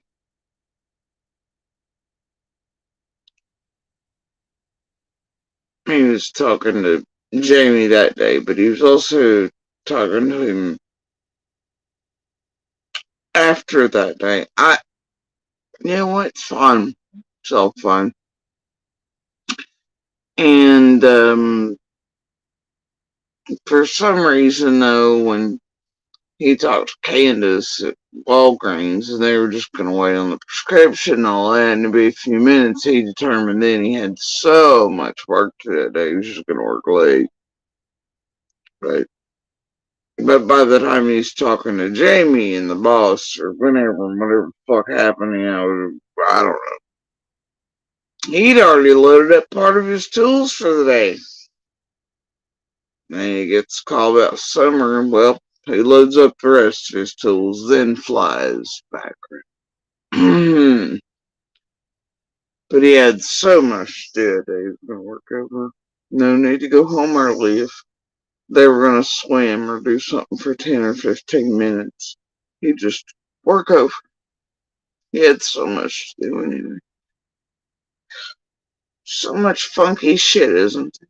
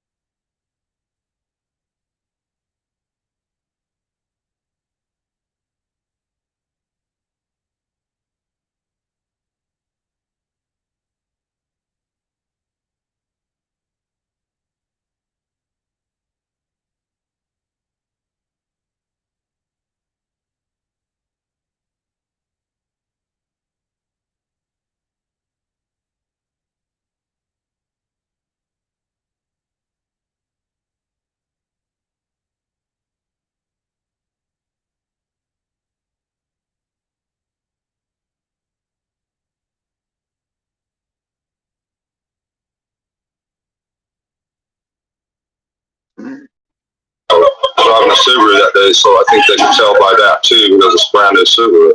I couldn't remember exactly, but until TBI reminded me that it was 6:30 when we called, because that's what the 911 said. It was 6:30 exactly. And also my wife, I guess she looked on her messenger and was able to verify that too. Around the time that she called 911 was 6:30. So yeah, I don't know why I was thinking 5:30, but I guess I was just wrong in that. Yeah, that's not a problem at all. Candace wanted me home, so she made up the story that she had moved the guy in, and she didn't say anything about him or anything. So she just let me speculate that she'd moved the guy in. So of course I flew across the country as fast as my little truck could take me, and I got there, and the first day, everything's okay, but the second day we decided to have a few drinks, and stuff, and things started to get heated, and Oh gosh, you were hanging out with Jose. Right. Yeah.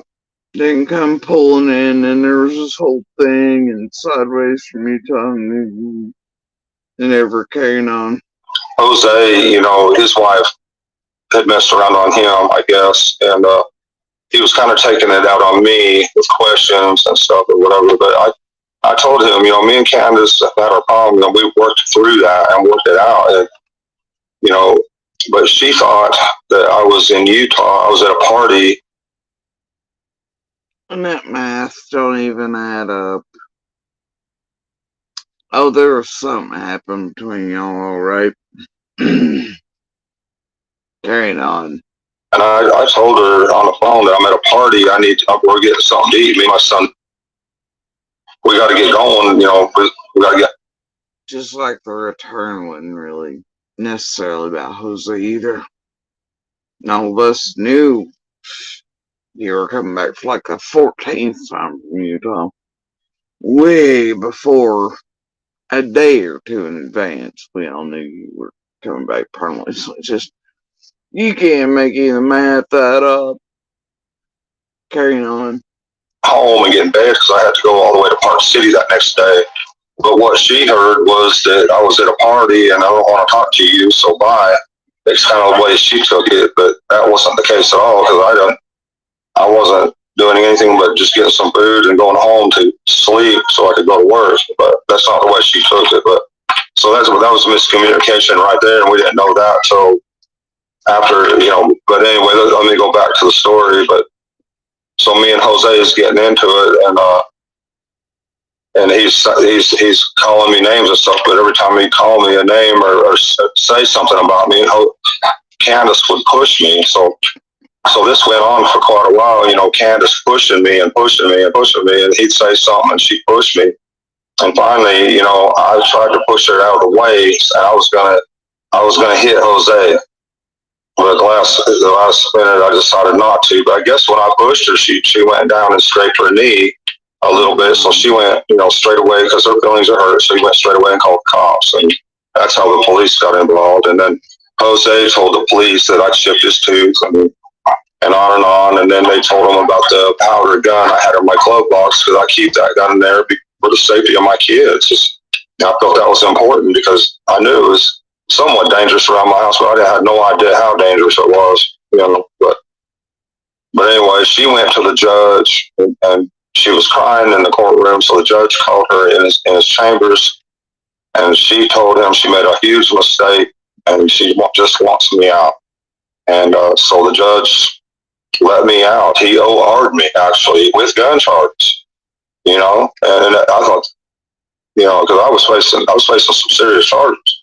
But he OR'd me, and so we worked it out. Shit, say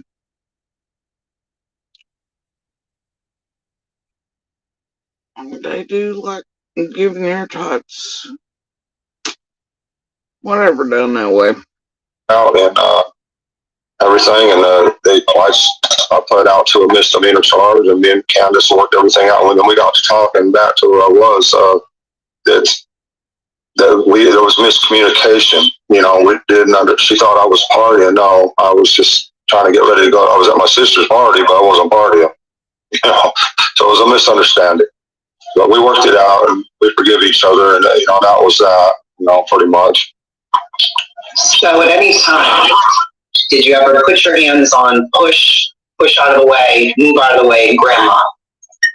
No, she was outside. I'm gonna try to get this. I broke my camera. I apologize. That might be a little okay. No, she was outside by her trailer. I mean, I think she was standing in the doorway maybe, but I wasn't focused on her. But no, I never touched her. No.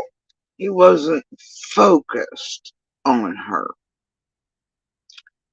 The language of he wasn't focused on her. Okay, predator boy. No way. And I would never hurt. I wasn't intending to hurt Candace either. I was just trying to get her basically off of me because I wanted to hurt Jose, but I didn't. But see Jose again after that? No, because that night I went to jail, and this is one thing I respect Candace's mother for. She told him to load his stuff up right now. He is out of there, and she took him to North Carolina. Yeah, so when I left for Utah, I had a good job down there, and I was wanting to move my family down there, and so I guess when she went to Wisconsin or wherever she goes, I can't remember where her mother went, but to help her sister, I think it's Illinois actually, and help her sister for a couple of weeks. When they come back, Allie and them got together and they wanted to stay there for a while, and I don't know, do whatever women do, I guess. Yeah. I have no idea. Yeah, and the kids all together, and I don't know, man. Probably held other people's kids hostage, and some are gonna blow them away if they come get them. That seems totally normal between friends.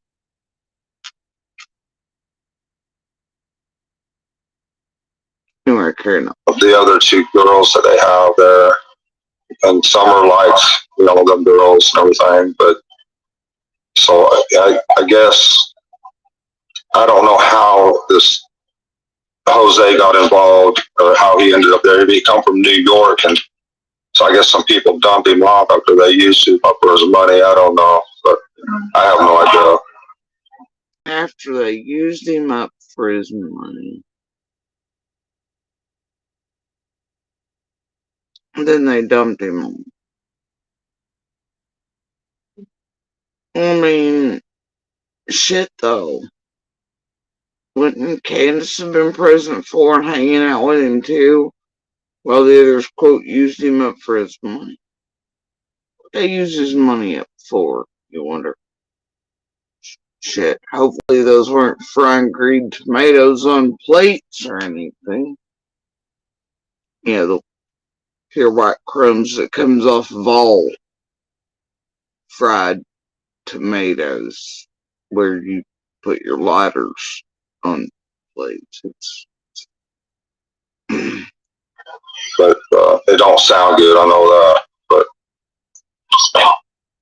yeah, at first Candace couldn't take the lie detector test, and neither could I, because we hadn't slept in days, and they wanted us to take lie detectors. So you have to be real calm and everything, and they wait like 25 seconds in between questions. So when they ask one question, in 20 seconds, you're going to be falling asleep. You got to be perfectly still. So me and her, either one could even take a lie detector test. So I went back the next day, took a lie detector test, and I was told that I passed. And so you gotta be perfectly calm. Because, whatever. Well, damn, you think if you're calm enough to be falling the fuck asleep. But either way, this whole bunch of nonsense here. Listen again. Candace, or Jill, and everything. So me and her, either one could even 25 seconds, 20. At first, Candace couldn't take the lie, but I have no idea. but they don't sound good. I know that. But yeah, at first, Candace couldn't take the lie detector test, and neither could I because we hadn't slept in days, and they wanted us. At first, neither could take it. Neither had slept in days. Take lie detectors, so you have to be real calm and everything, and they wait like 25 seconds in between questions. So when they ask one question in 20 seconds, you're going to be falling asleep. You got to be perfectly still and everything. So me and her, either one could even take a lie detector test. So I went back the next day, took the lie detector test, and I was told that I passed. So you couldn't be perfectly calm or perfectly still to take it, but you could fall asleep. Both.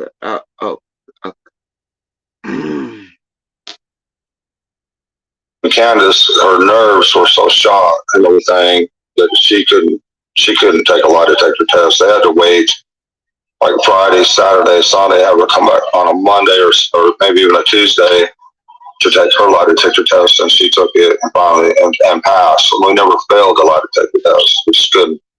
And finally, she passed it because, but now this is not what I was told in person. This is not what Dotson was told. This is not what anybody. It's fine. Carrying on.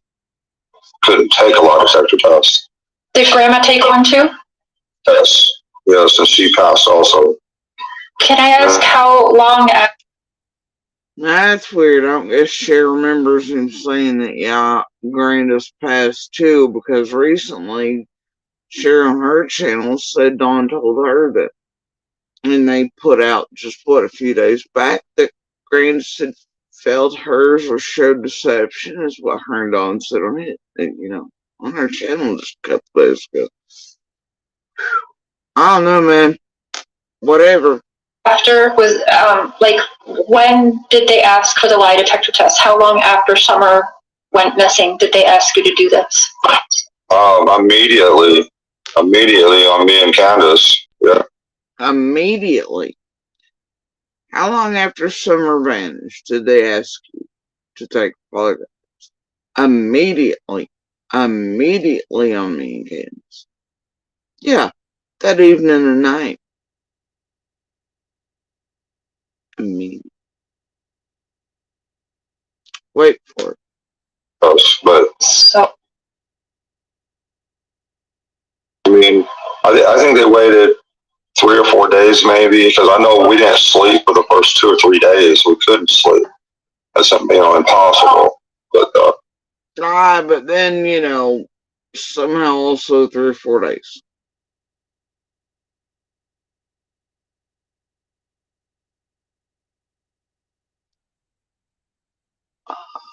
Okay. I know, Mike. You should have been there. Back in the day, me and Pickle were like, bro, shit ain't adding up.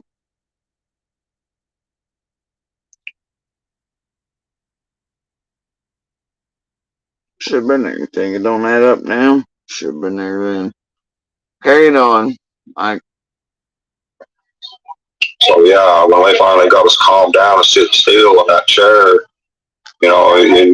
when they finally got us calmed down and sitting in that chair, but man, you were so sleepy you were falling asleep. That'd be pretty calm. You were so fucking exhausted you were falling asleep, but yet they needed to get you all calm and whatever and relaxed and sitting down in the chair.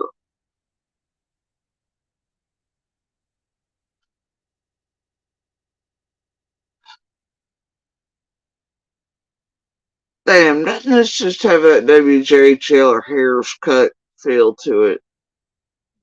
Doesn't it? Really does, doesn't it? Weird, eh? Carrying on.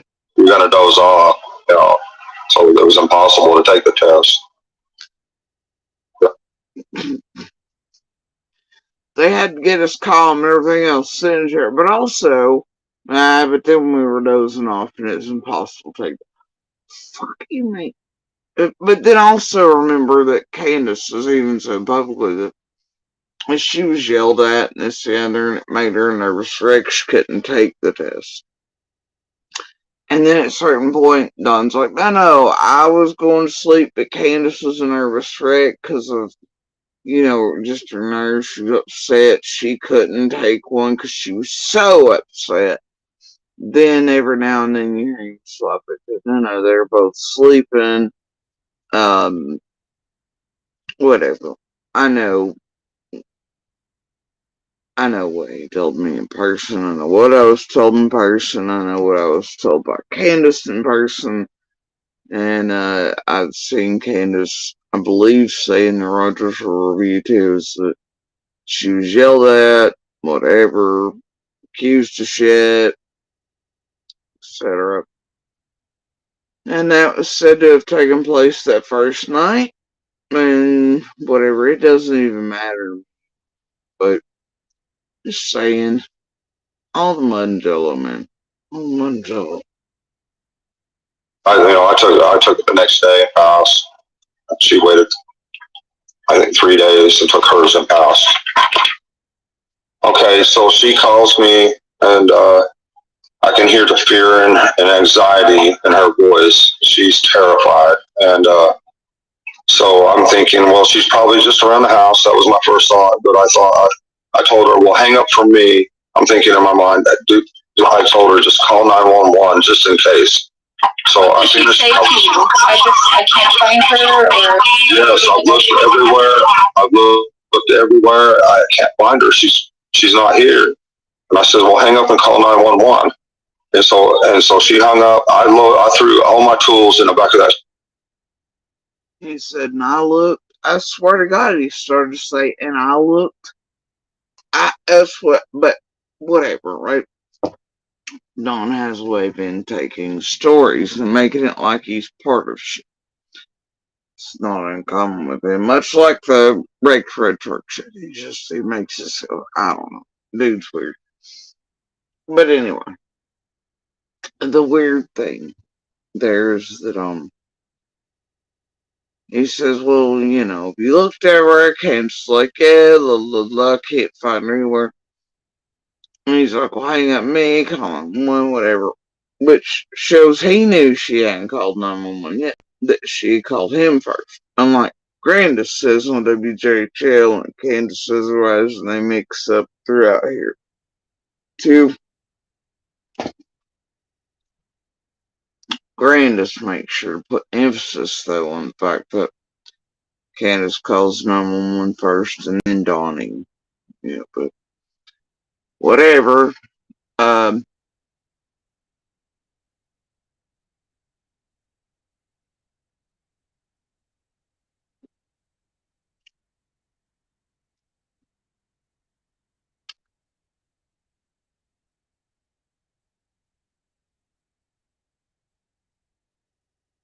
Either way, Candace hadn't looked everywhere yet. Neither had Grandis.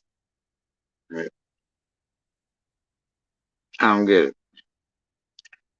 And then on the news, they say, oh, well, we're certain somebody took her. Yeah. But that's not what Candace says to me when she comes into contact, right? Dawn's the first one to say that. So you told me somebody took my baby girl. Huh. But yet, if Candace and Grandis were so certain somebody took Summer, then why hadn't they told Dawn that? Dawn's the first one to throw it pebble into. It's just the math doesn't add up. Man, it just doesn't.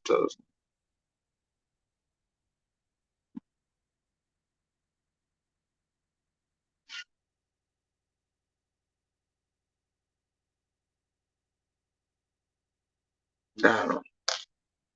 Subaru, and as soon as I got in the car, I told her just call 911 just in case. So What I did she seen this. say to you? I can't find her, or? Yes, I've looked everywhere. I've looked everywhere. I can't find her. She's not here. And I said, well, hang up and call 911. And so she hung up. I threw all my tools in the back of that Subaru, and So she hung up, and I threw my tools in the back of the Subaru. as soon as I got in the car and started down the road, I called 911, and they transferred me to Hawkins County, I guess. And I told them what the situation, that our little girl's not there. And then after that, I got back on Messenger and called her and talked to her through the whole trip. I think it was 30 minutes. I'm not sure, but like 30 minutes, I was able to talk to her on Messenger all the way there. And she was in her mother's truck, driving everywhere, looking for her frantically around our house. So when I get there, I'm still on Messenger with her, and she's still not found 30 minutes later. So I drove directly to the bottom property. What's weird about that's impossible. His first statements are the way he knows that Summer hadn't been found. It's nobody called him back. Later on, he weaves that he stayed on the phone with her the whole way, even with her driving everywhere. But meanwhile, in those minutes, that she's actually talking to all kinds of other folks. She's calling during those time periods and things for, seems to be Dodson and Robin, and right. I don't know how she was also on the phone with Dawn Messenger or not, but first he drove down that way, etc., to look for her, etc., because he knew she was gone still, and she hadn't been found because nobody had called him back to let him know. I believe that's McDonough's phone call interview with him, or Bobo's. Can't remember. One or the other. Carry on. And down all the way down to the creek, and I see my three boys together down by the creek over on this side, and then on the left of me is my neighbor walking around it. My heart sunk right then and there, and I knew she was gone. I knew something happened. I knew something, something. So I drove back out of there and went to the top of the house, and there wasn't no police there yet. I don't believe. There might have been a car too. There actually was. There were at least two that come in as you monster arrived and you clearly passed. It's fine. It's all fine.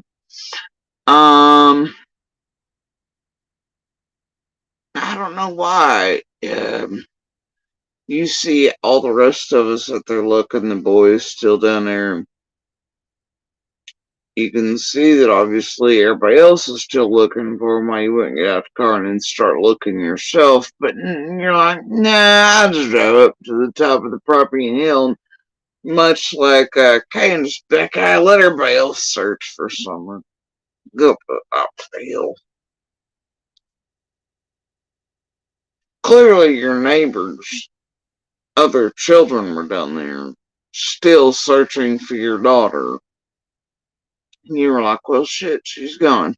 Meh, let everybody else look.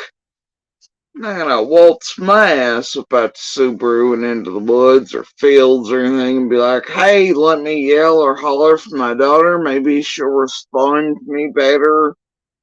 Maybe she'll come running to, her own father's voice better than neighbors or anything, or she's hurt. Maybe I'll recognize her over. No, you're like, well, shit, other people out here looking for my daughter. And my other children are down here, and I've already said earlier, you're telling me somebody took my baby girl. Right.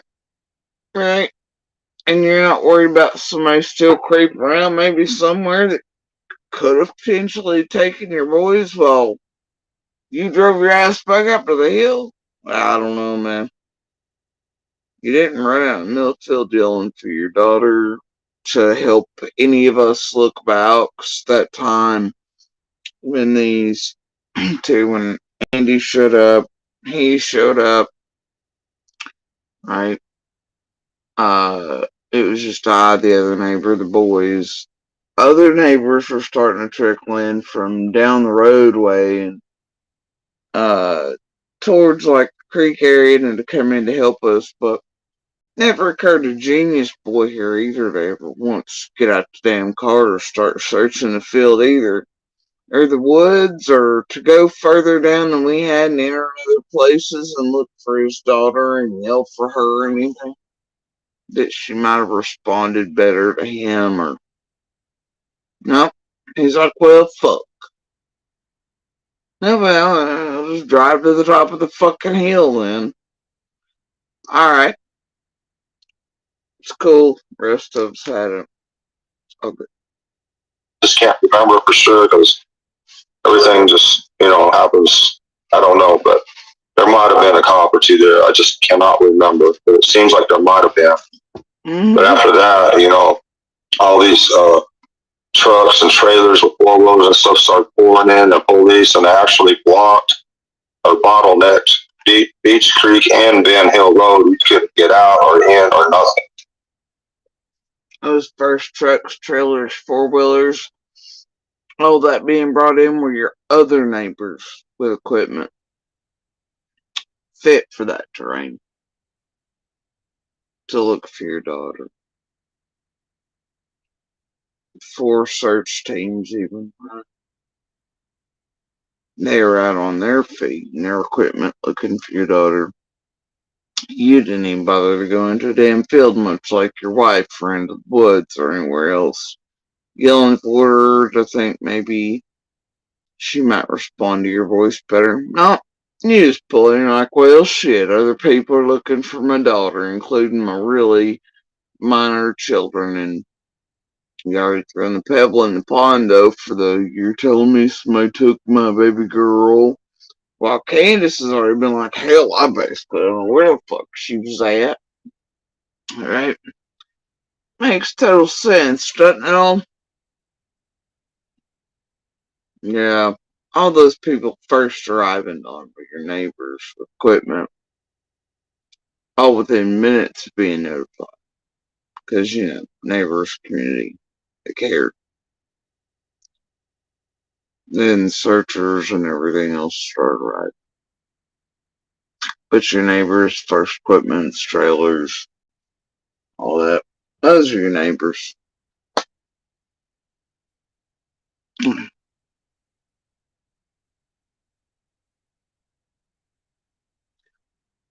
All the bad neighbors. It was a nightmare.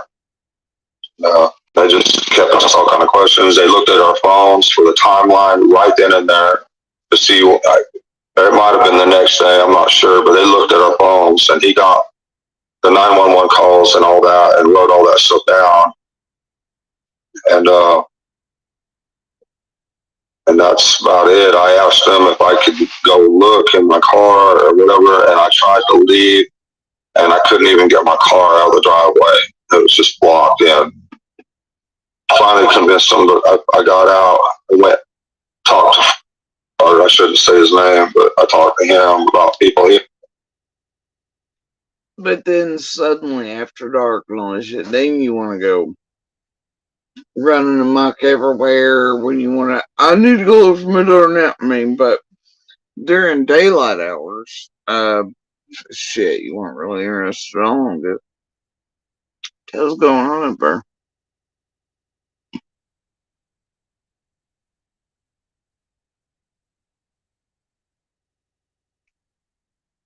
Odd. Anyway,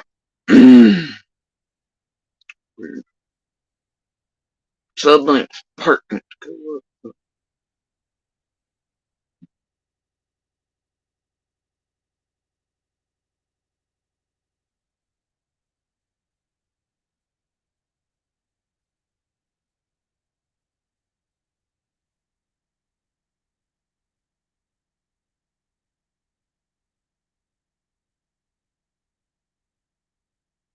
No, and the boys were looking for their own sister, or just a couple neighbors who clearly were still looking for your daughter. Nope.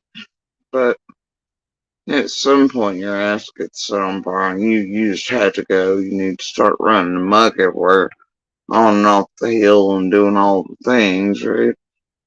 After, it's fun. Might have known seen coming in and out and stuff like that, but he'd been moving cars all day, so I don't know. It was hard to, it was bottleneck, so couldn't do nothing. The Subaru, since the boys have been out of school and everything, I was just sitting there, and I'm paying quite a bit of money for it, and I thought, well, I might as well get some use out of it. I'm wearing out my truck, but I'm pretty hard on vehicles, so I decided just to drive it for a while. That's all. Put some miles on it because it was just sitting there, really. Yeah, and in fact, my boss commented the day that my boss commented that day that Summer went missing, just before I got that phone call. He was making fun of me. He says, "That's a hell of a car to be putting a bunch of damn drywall tools in." He was just giving me a hard time. That's how he knows where I was. I talked to her. She had that messenger call, but I was passing traffic, double yellow line. I almost lost it in a curve. I was going as fast as I could possibly go. I was speeding like crazy. I'm really not sure, but I know it's a 45-minute drive normal. So I don't, I probably made it in 30, I'd say. Yeah, I was in Kansas, and there was nothing out there. I was in Kansas just flying, and because I was thinking, Jose and Candace got something going on there. So I'm flying home, and that cop was just right behind me. I don't know where he come from, but boy, he snuck up on me good. He got me, but I told him what was going on, and so he gave me a big break and let me go. He gave me a ticket, but not as big as a ticket as I was going. So I'm sure thankful to him, because it could have been pretty bad. But, Okay. So now another big thing is people are saying. Yep. Can travel from Utah to Tennessee, matter in hell. So hecking concerning to 110 miles an hour get caught. Zero concern for his minor child in the vehicle.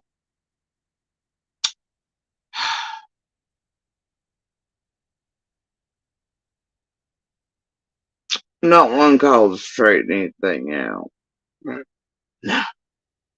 No. But they somehow the phones all magically work, and I can stay in contact the whole way, but also not. And shit. Right.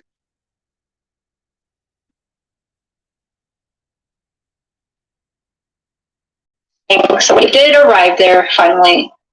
Why did you not go up to the driveway first? Why did you stop at the shed first? Did you go in the shed, not go in the shed, or just why did you not go directly to the house and talk to Candace right away? Okay. The reason I went to the bottom property first is because I knew that they were looking all over around the house and in that area and everything.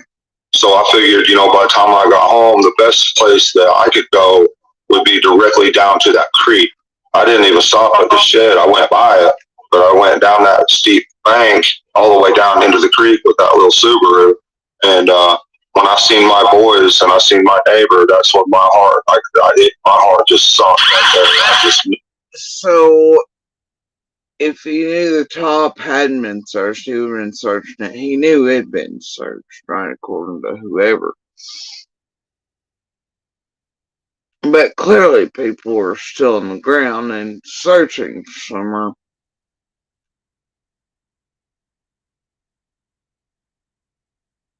So it hadn't all been searched, even by that point, by all of us yet, and could use the help. And as her father, and he's like, "Oh, okay, the people. Well, I guess I'll go back up to the hill now." Okay. once again, whatever, dude, that makes total sense. Do something, you know, so that was the beginning of this pit in my stomach that hasn't went away yet, and it's not going to, I don't believe. But so then I turned around, went back up that bank, and I might have looked in the shed at that time. I can't remember for sure, but I know I looked in the shed at some point. But I went back up to the top, and I do believe there might have been a car or two there at that time, but I'm not sure. I can't be positive on that. I was just so mixed up and everything at that time. Right. Like the boys went down the creek one day together, and she went halfway down the hill, but she wouldn't go all the way. I mean, she was very leery.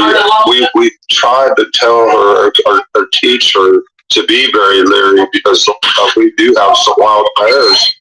There's been a lot of bears spotted, and we know there are creeps around there, but we just never thought that one would, you know, lay in wait and try to grab her like what has happened. But, you know, especially midday, not midday, but it's daytime. You know, I don't.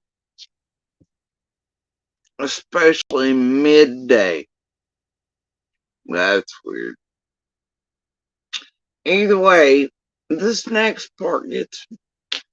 No, but I've tried several times. I've snuck up. She'd be behind the vehicle, just sitting there playing, and so I'd sneak up behind her on the other side of the truck, and I'd sneak up on her, and I'd scare her. Yeah, you know, we tried, you know, to teach her, not, you know, that there's wild animals and other things. We just, I don't want. Sorry. It's okay. We call them meth heads, meth monsters, whatever. You know, so we knew that was it, but I probably shouldn't say that because people tear that apart. And, you know, sorry. But yeah, bears, and I've snuck up behind her where she'd be behind the vehicle, just sitting there playing or whatever, you know. But I'd sneak up and I'd scare the daylights out of her, trying to teach her, you know, that. And yeah.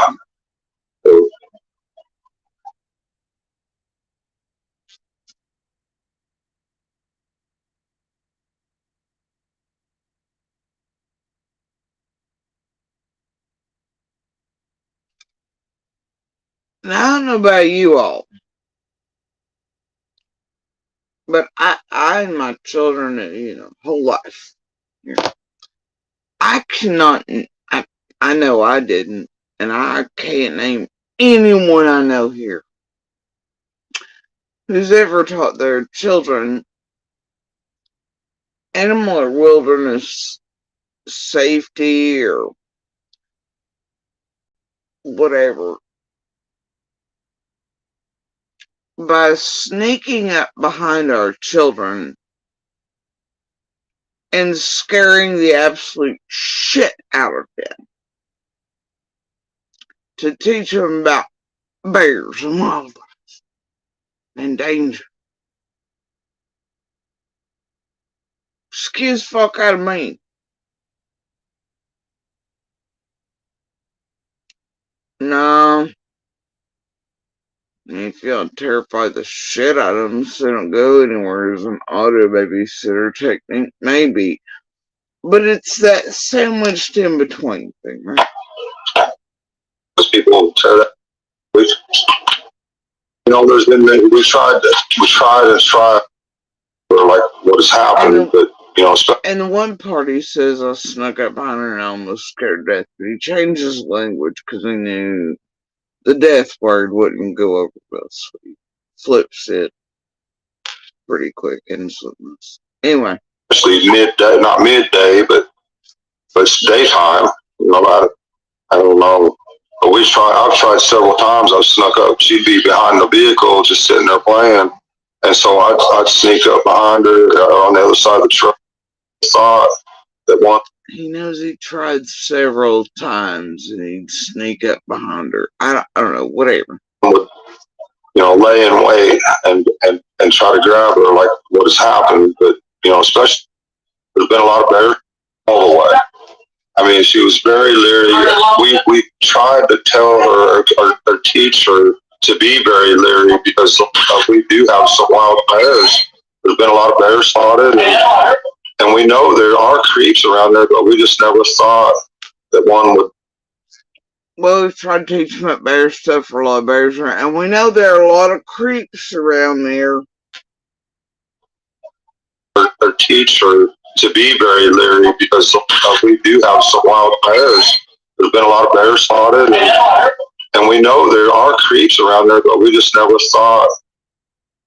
And we do have a lot of bears around there. There's been a lot of creeps spotted. That one would. Just went down the creek one day together, and she went halfway down the hill, but she wouldn't go all the way. I mean, she was very leery. We tried to tell her or teach her to be very leery because we do have some wild bears. There's been a lot of bears spotted. There's been bears spotted. And we know there are creeps around there, though. And we do know there are creeps around there. There's been bears spotted, but we do know there are lots of creeps around there. So which outweighs the other? Creeps or bears that randomly get spotted? Or the lots of creeps you know around? And why are those two right beside of each other so much in together? But you're teaching her about bears by sneaking up behind her and scaring her. Huh? That's strange. We just never thought that one would or teach her. Just went down the creek one day together, and she went halfway down the hill, but she wouldn't go all the way. I mean, she was very leery. We tried to tell her or teach her to be very leery because we do have some wild bears. There's been a lot of bears spotted, and we know there are creeps around there, but we just never thought that one would, lay in wait and try to grab her like what has happened. But, especially midday, not midday, but it's daytime. I don't know. But I've tried several times. I've snuck up. She'd be behind the vehicle. I've tried several times. And then he stutters. Just sitting there playing. And so I'd sneak up behind her on the other side of the truck, and I'd sneak up on her, and I'd scare her. Yeah, there's been, we tried, to teach her, that there's wild animals and other things. We just, sorry. It's okay. We call them meth heads, meth monsters, whatever, So bears, creeps, sneaking up behind her. He's tried many times to sneak up behind her. A few times he has snuck up behind her, scared her. Then he goes back, it's bear, creep, bear, meth monster. Bear, creep, bear, meth monster. Sneaking up to terrify her and scare her, because that'll teach her bear safety. He's tried many times to sneak up on her. A couple times apparently he's managed to scare the daylights out of her. Teach her about bears. Bear, creep, bear, meth monster. We knew that was it, but I don't want. Sorry. It's okay. We call them meth heads, meth monsters, whatever. So we knew that was it, but I probably shouldn't say that because people tear that apart. And sorry. But yeah, bears, and I've snuck up behind her where she'd be behind the vehicle, just sitting there playing or whatever, But I'd sneak up and I'd scare her. I'd scare the daylights out of her, trying to teach her, that. And yeah.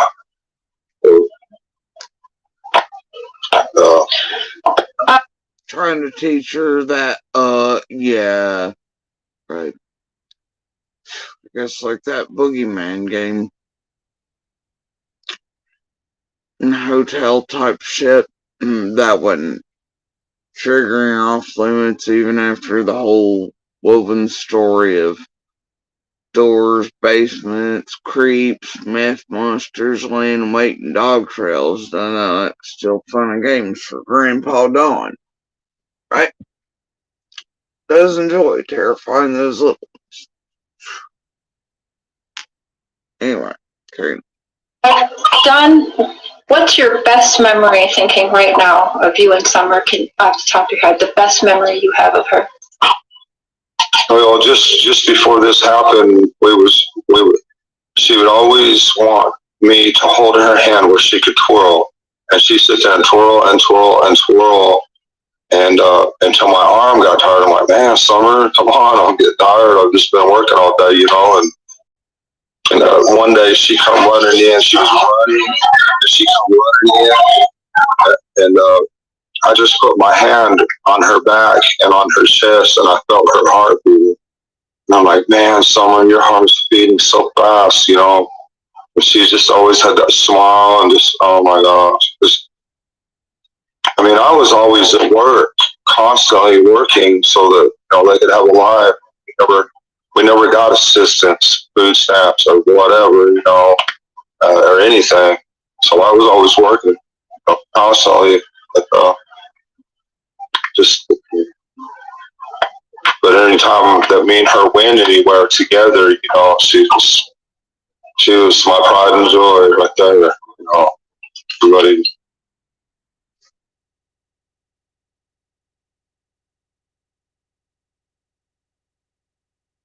That bothers me too.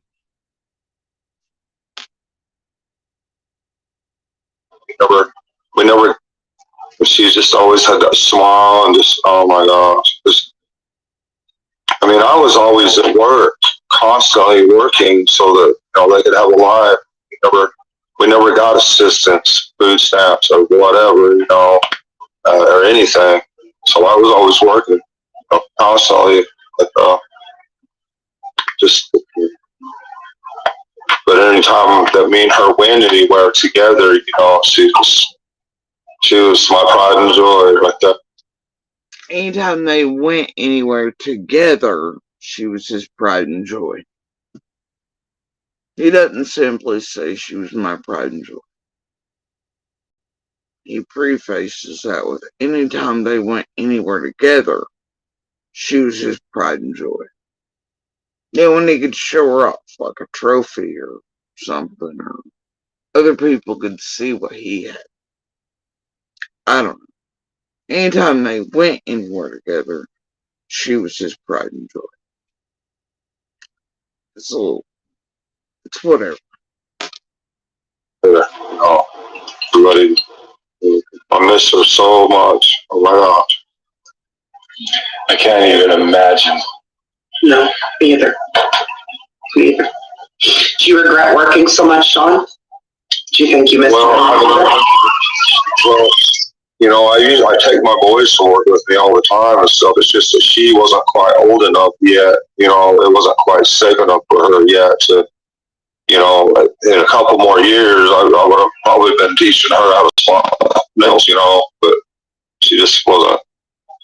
I've had her out on a few jobs with Mom, but they'd always leave, you know, but they can swap nails, you know.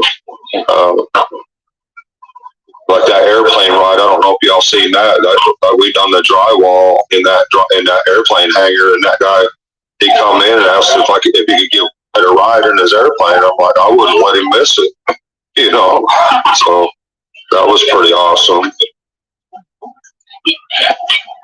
No, nobody. They weren't to work with me that day because I fired Dudley the day before. I fired him, and he was just creating a lot of problems. So he was driving around there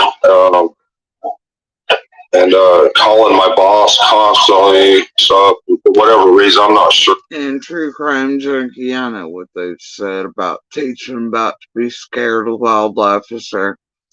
And I know they sort of did in a way. It was an auto babysitter type thing, but also those kids were outside all the time. Okay. And the boys came off the hill just fine. They rode in the roads on the dirt bikes. They'd ramble, do whatever. And that walkie-talkie buck knife bullshit is just that as well. But yeah, everything's all a mix of Jello bullshit, whatever. Why, but no, one of my boys they won't let me that day. I didn't take them very often, and they really don't like to go, because it's kind of boring sitting there swatting nails all day. So, but they kind They of, want to run free. yeah. Some of the jobs, where it's more open and stuff out in the middle of nowhere, they can just go out and play on a dirt pile. They love that. So, it just kind of depends on the job. That particular job there's a lot of houses. It's a subdivision, and you got a lot of bosses and important people running around, so you can't take a kid at one of them places. It's not, you know what I'm saying?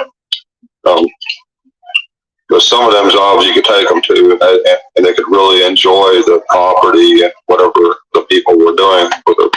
You know what I mean? It's just some of the places are really nice. Like that airplane hangar, you got to see that. So that was really good. The airplanes and everything. Yeah, that does sound pretty cool, actually.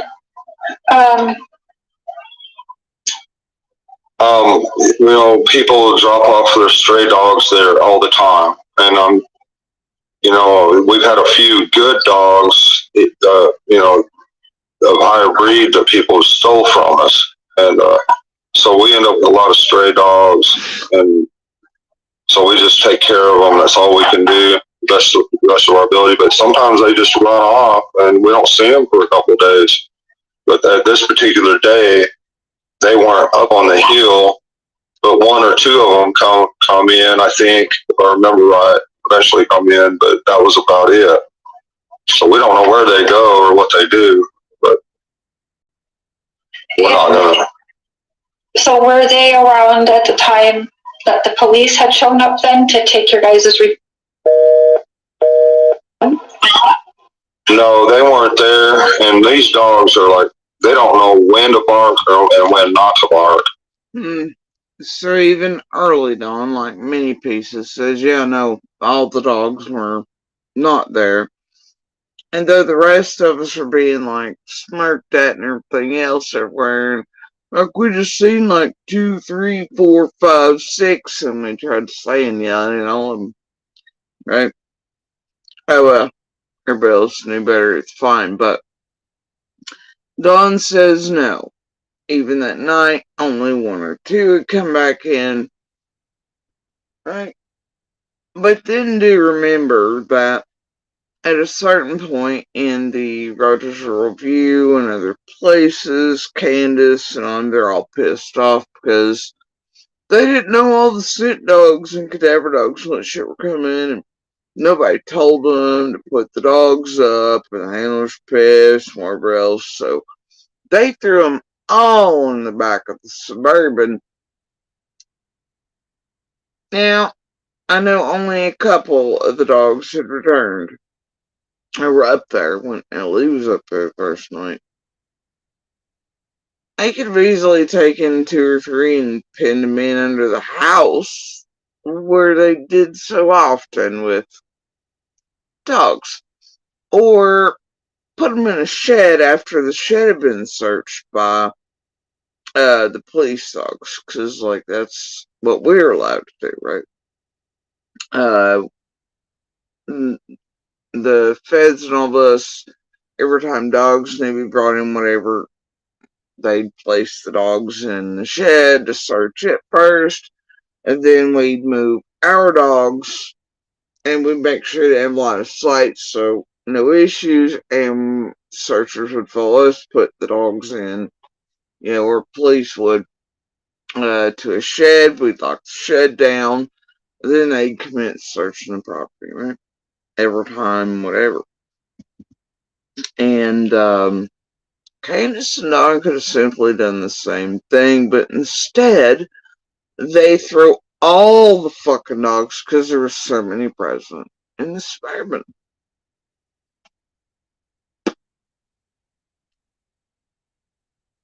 So that tells me it had to be when the other dogs were brought in, not the first dogs.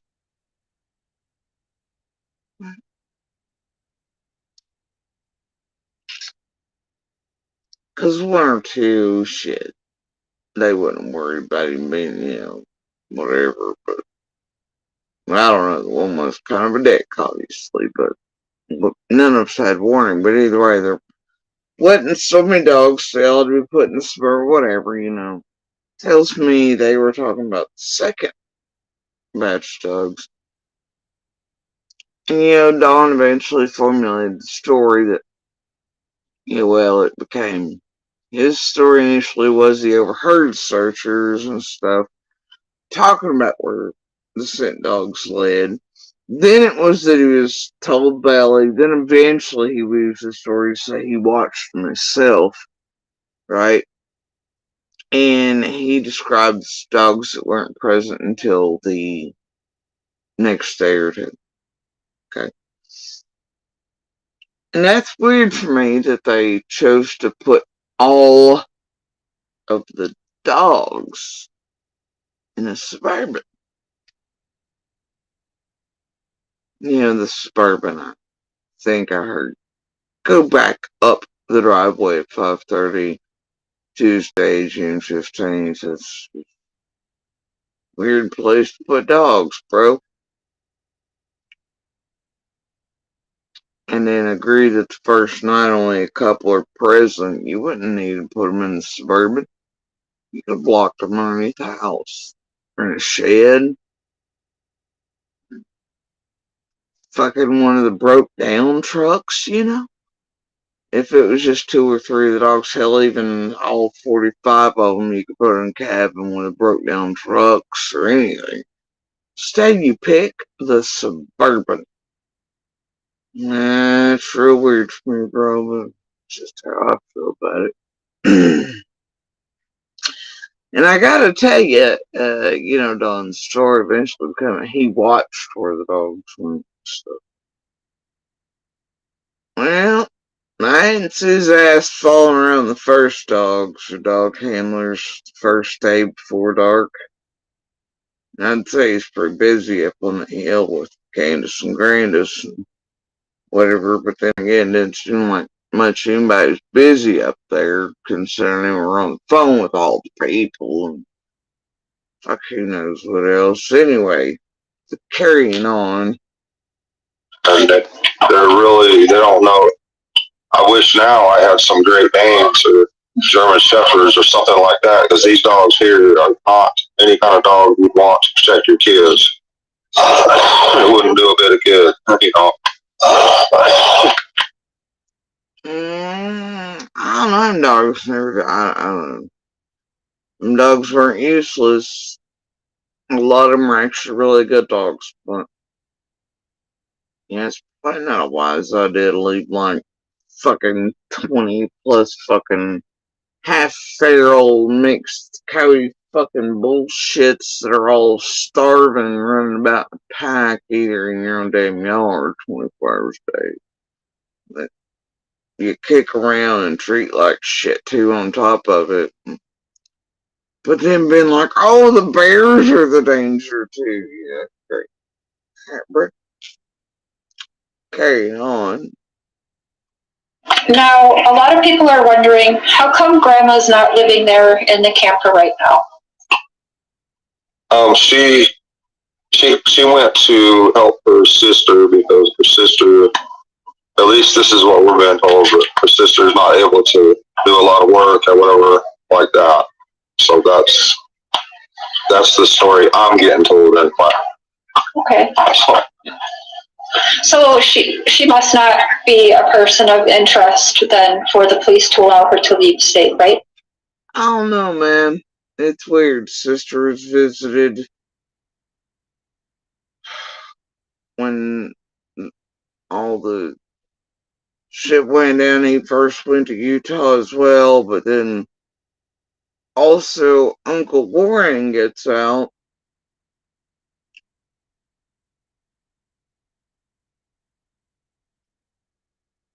after Summer, vanishes and such around that time. And that's what we're told Candace Sr. meant, but it's just like whatever, whatever.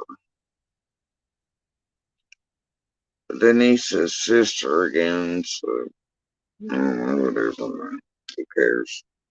No, I wouldn't think so. I mean, she was right there with Candace. I mean, she was putting a knee brace. Candace was putting a knee brace on her when Candace come in the house. She asked the boys where she was, and she said downstairs. But that's when she never seen her after that. From that point on, she's been gone. I don't know, Don. Yeah, I mean, things Candace was fixing and doing and such all at the same time, and all the different places she was doing them at. And Summer vanished all in 2 minutes or the blink of an eye, or from right beside of her that day.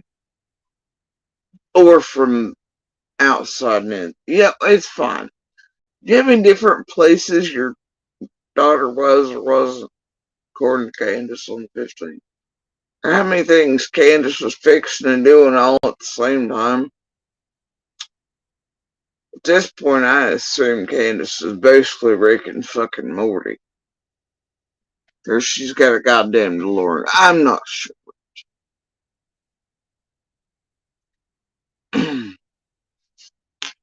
Carry on. I just want to clarify before we move past that, because people are going to say Illinois. I thought she was in Wisconsin. They lived in Wisconsin, but her sister lives in Illinois somewhere, and I'm not sure what town, but yeah. The first thing that comes to your mind if somebody hurts my kid or your kid or anybody's kid is, I'm going to hurt them. That's the first thing that's going to run through any person's mind. But if you allow the system to put them in prison, there's no worse place. Death is better than prison. Okay, you have to be in prison or have been there to understand that death is better than prison. So prison's way worse. And not only that, once you get in prison, them guys in there are going to be like, you know what, that could have been my kid. A lot of people don't understand that. And oh, but you do. That's probably why your stutter and the real quick cover of the "you're afraid of going to prison" statement in your and Candace's first interview together. I don't know how you go about it, man. You're afraid of Yeah. I don't know, man. Sure you know all about that.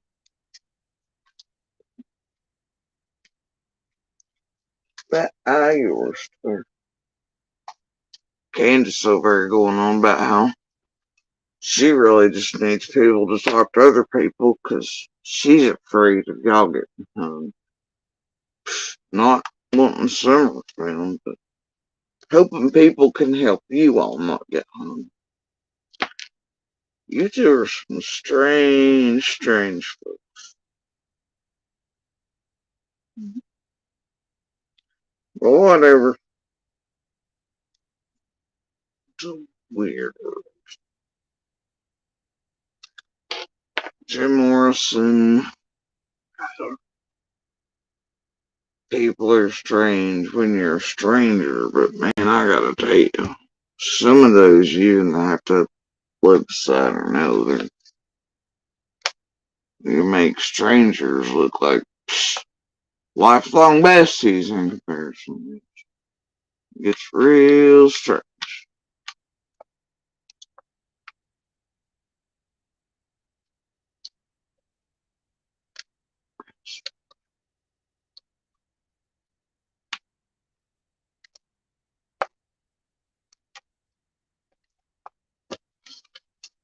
One of these days over here, I'm gonna manage to get that in correctly.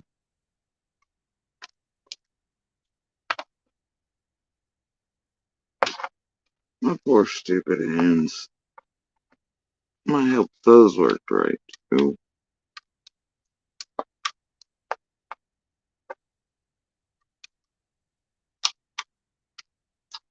People are strange. I'm about to give up over here.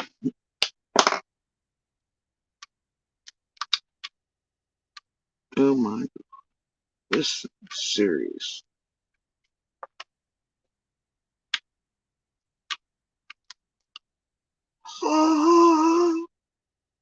Finally cooperated. Nah, June Bugberry still. Even in special units wards, they will fuck each other up, depending on level of crime.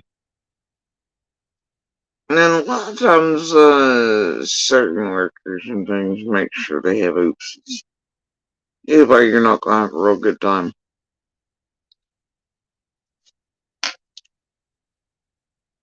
That's why I hesitated when I answered that question. And Mr. Chris probably wouldn't, that's probably way beyond him, I guess. I don't know to understand that type of thing. But Oh, did he hesitate on that question too with Chris? Shit. That's not. It'd be way beyond the comprehension of even like a bad cop or any cop to understand what I'm saying about how it's worse for and like, yeah, okay, no. Why the hell would you hesitate on the question? Because you ain't got nothing to worry about. Well, so what the fuck would you hesitate on the question?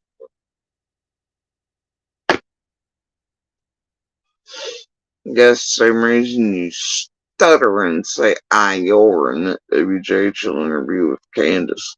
Right. About the same way you stutter and say I, well, we, when asked what changed after you got out of jail and nobody could see or have contact with the boys any longer, right? I don't know what the hell's going on in you and the I word.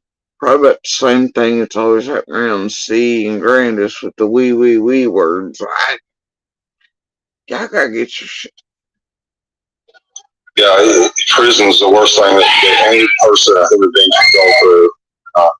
So that's, but if the man asks God for forgiveness and changed his ways, who am I to not grant him forgiveness? I mean,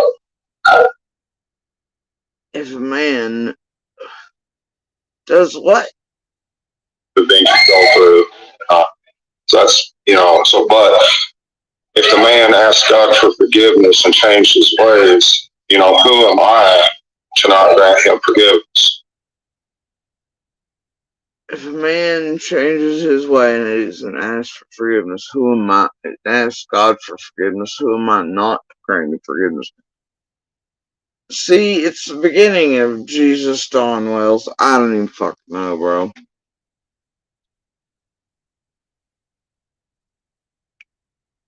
It's up to Dawn to grant the forgiveness.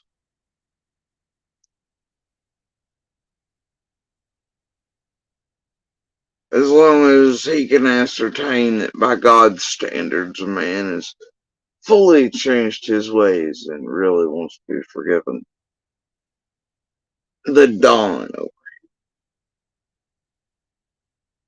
takes God's place. I don't know, it's such weird shit.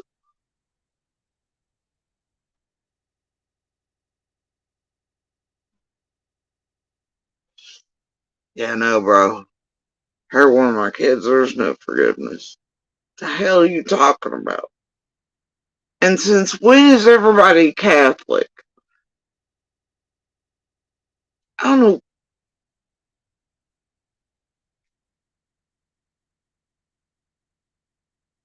What is going on with folks? Everybody's pretending they're Catholic these days. Like they're getting shit all mixed up.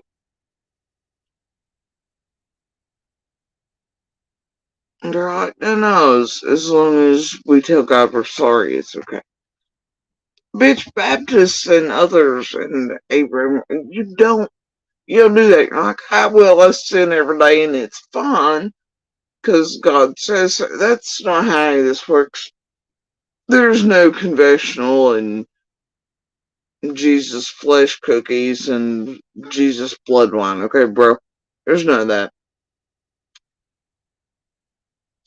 For more Baptists and stuff like that. I mean, it's one of those you stay on the straight and narrow and continual try to sin as little as possible. And if you backslide, then you have to find God again. And there's like, the whole saving process. Y'all remember that? Now everybody's just running around acting like they're Catholics, and every day's fucking Sunday. Even Saturday pants over.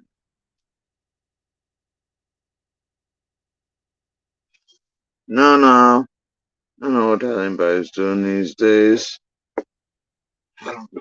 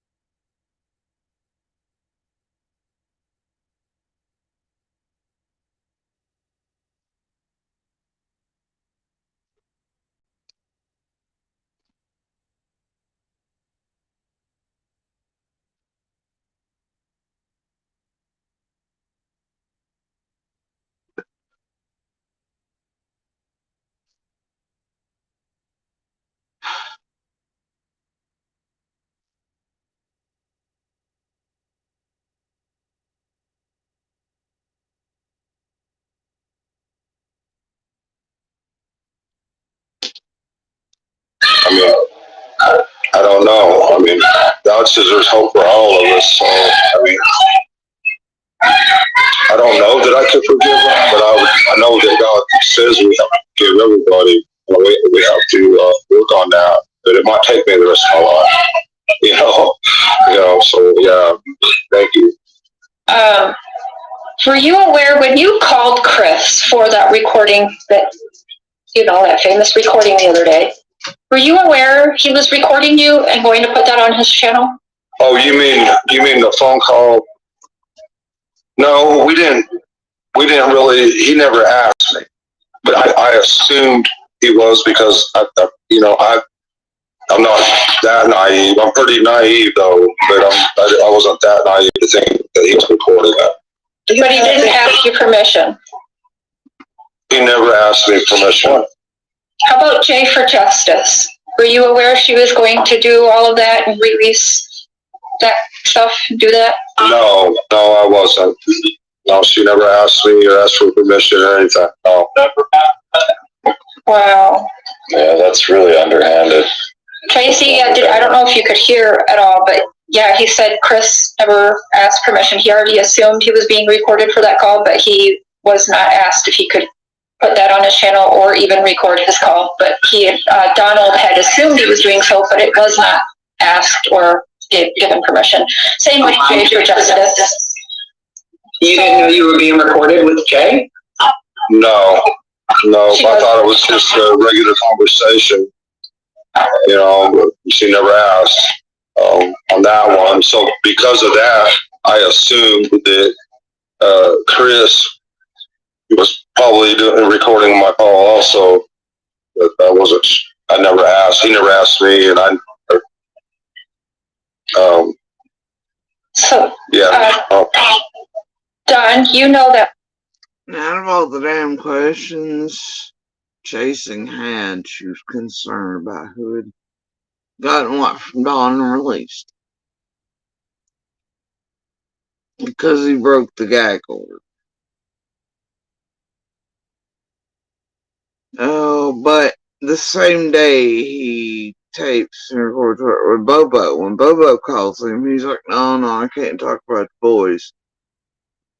But then he runs straight to YouTube and J4 and spills the beans to her. But wouldn't utter a word to an actual journalist.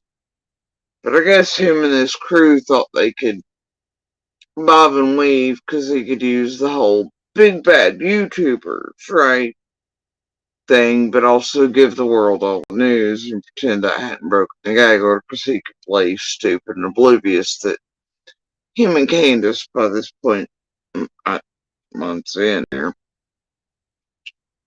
Well, this would have been around a month and something in, right? But either way. Heck, oh no, Your Honor, whoever, YouTube recorded us again. Somebody recorded us, we didn't know, talking about the boys, but yet had enough sense, for some reason, not to talk to and refuse to talk to real reporters about it. I'm like, no sir, can't talk about the boys, but immediately run to J4 and spilled all the beans. But then when that became big news, why is that a chasing concern? Cleaning in the way back. Right.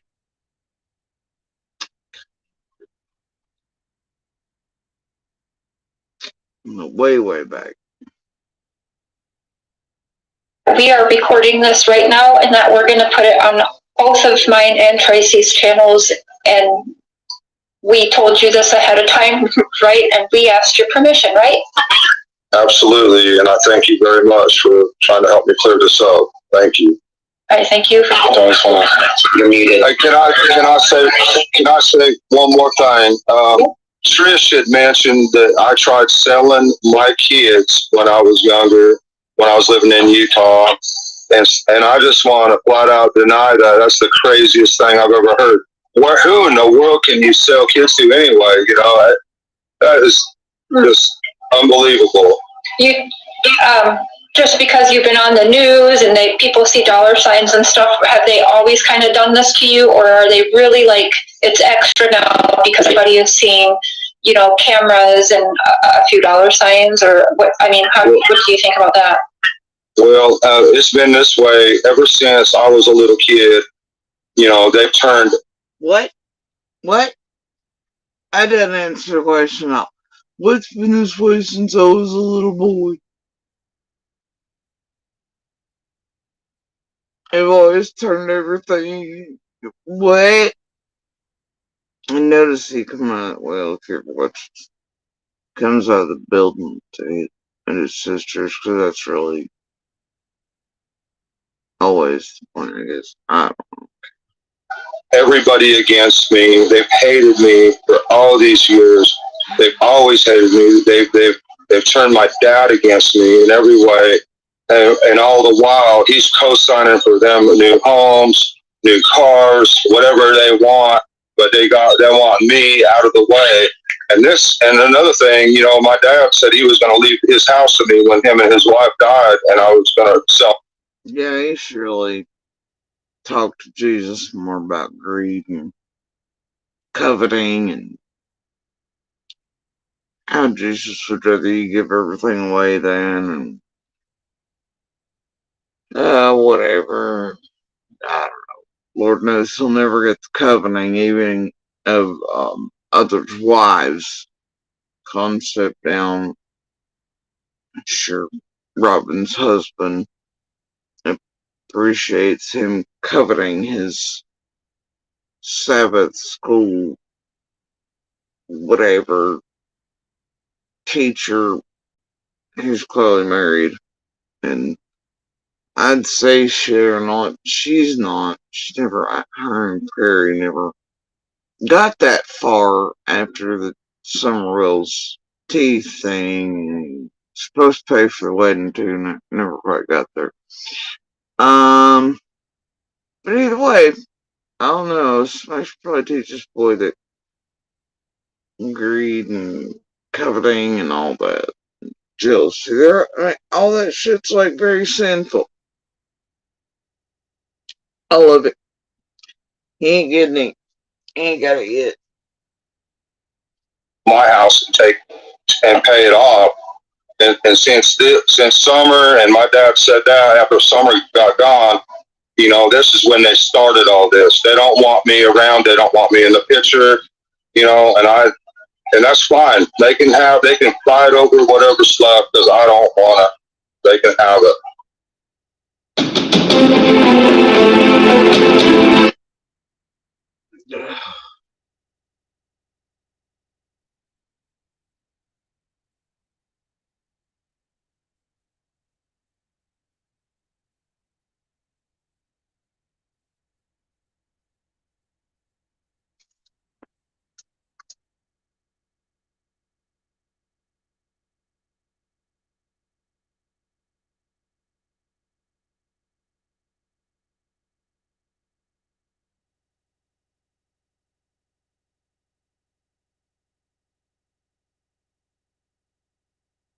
So,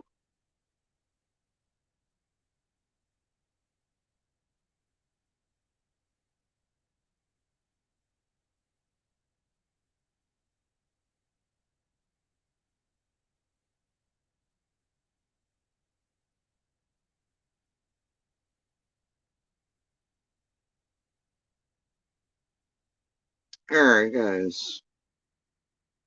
So,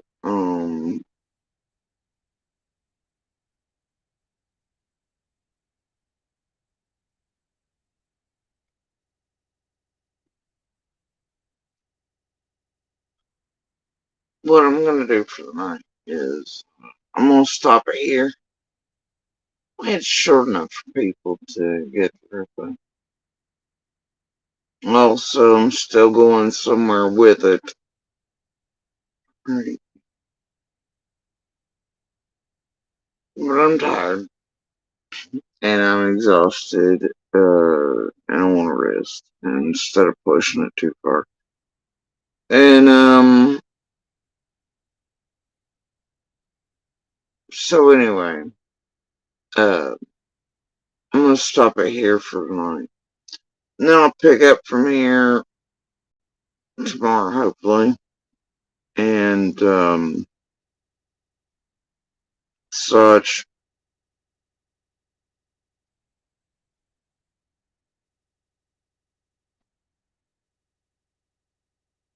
I thought that was still band practice or whatever kind of, but I think that's the cat snoring somewhere over yonder on the couch. Anyway, so for now I'm leaving it here. I'm gonna rest. I have places to go with this tomorrow. So I'm trying to pick it back up from here. And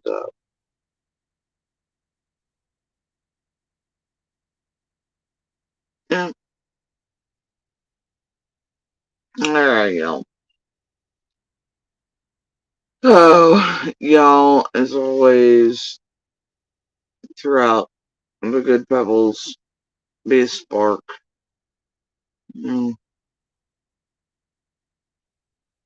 If you can and feel like it, please do share out the DV/Universal Hand Signal for help. It can and does save lives in many, many situations. You know, from DV, assaults, abductions, kidnappings. It can save even people with special needs, people who are nonverbal, speech difficulties, stroke patients, those who live alone and are choking, you name it. It can save lives, okay? And the more you share it, the more we'll learn it, the more we'll recognize it, the more lives can be saved. And as always, please do share Summer's picture, information, call her by her name, and by information, I do not mean YouTube or Tragedy Pimps, okay? And their horseshit.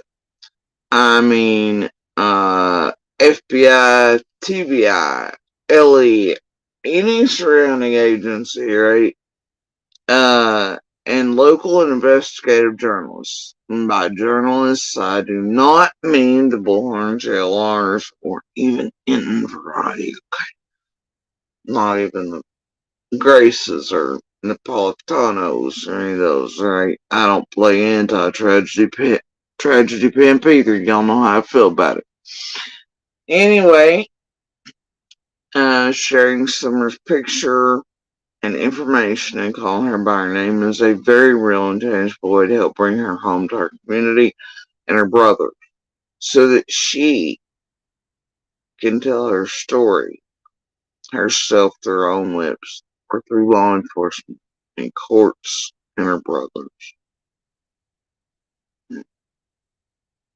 And that so justice can come. And I think it will no matter what. And I think she'll be found no matter what. And I know her case is not cold. I know these men and women care very much for her. And they're working diligently, tirelessly, and from their heart. I know that to be true.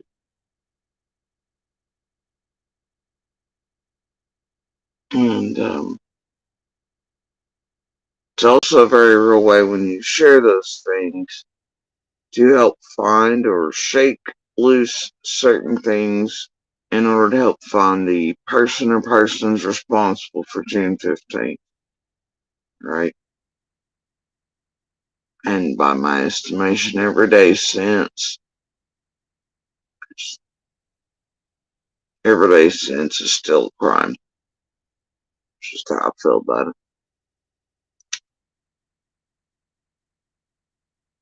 The SWAT, just absolute annihilation.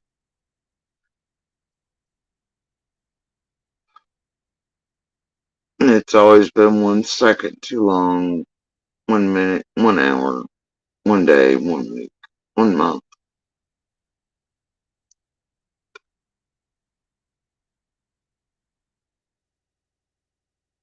One day will come.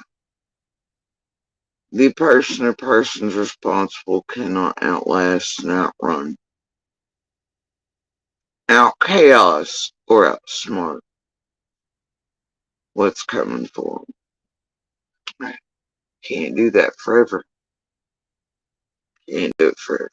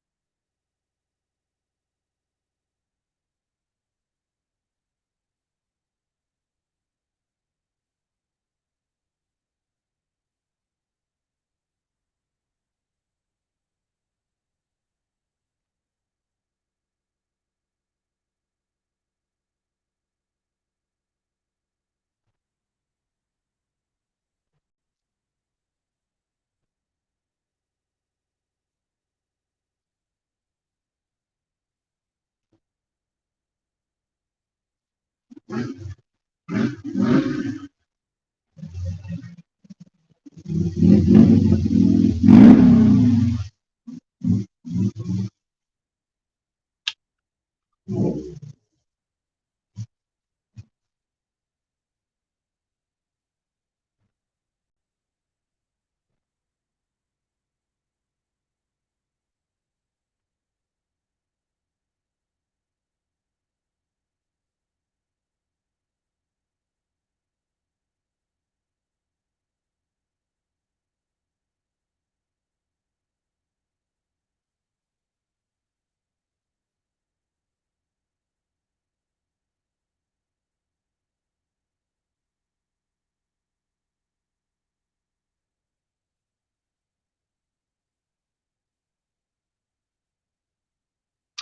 don't know, Abby.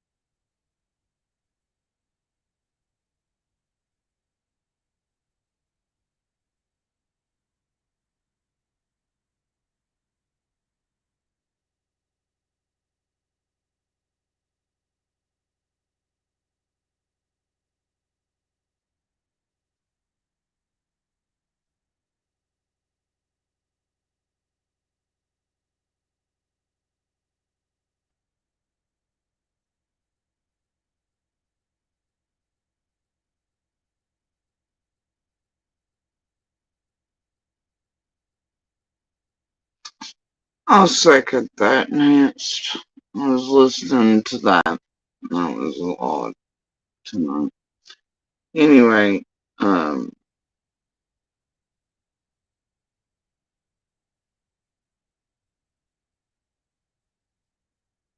yeah, you know, this great thing happened to Little was like, hey, mama. I was like, yeah.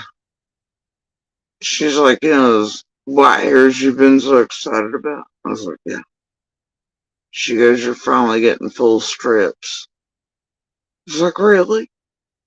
She's like, yeah, like 3 whole strips. I was like, score. Well, yeah, I'm well on my way. I'm so excited about this. You all don't even know. And I'm not even joking. No lie.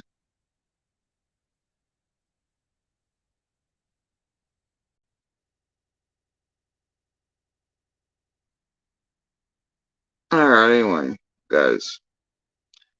I'm off here. Um,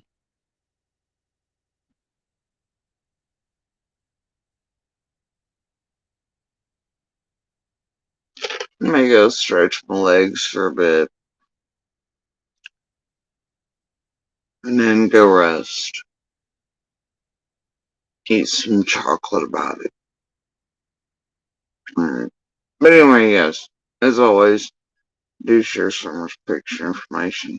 Call her by name. Alright. And watch out for these streets. They're still full of tragedy pimps, monsters. They're running amok. They're trying to tie everything up in bows. The redemption arcs are just getting stupid, ridiculous. The attempted mask placements near Halloween shouldn't be lost to anybody. Skirting the back channels, the members shit leading up to the holiday. Y'all watch how you're being manipulated here. They all have gone full tilt goof.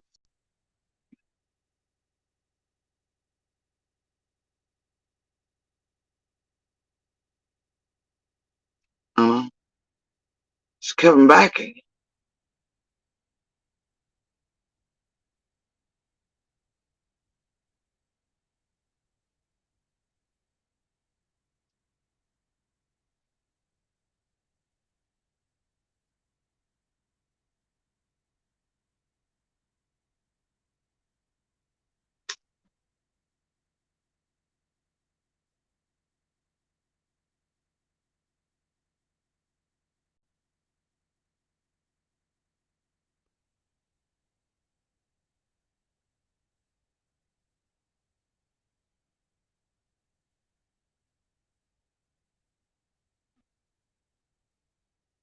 Hmm.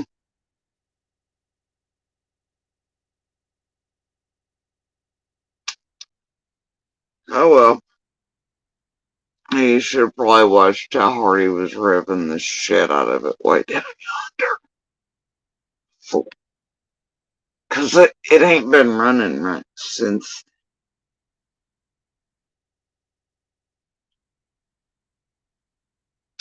Oopsie. Uh-oh. I guess he's trying to make a 3 a.m. point, and looks like he made a real big 3 a.m. fucking expensive ass mistake. Aw. Anyway. Oh well. Not my problem. Alright, guys. This is like a motorcycle walk of shame right here.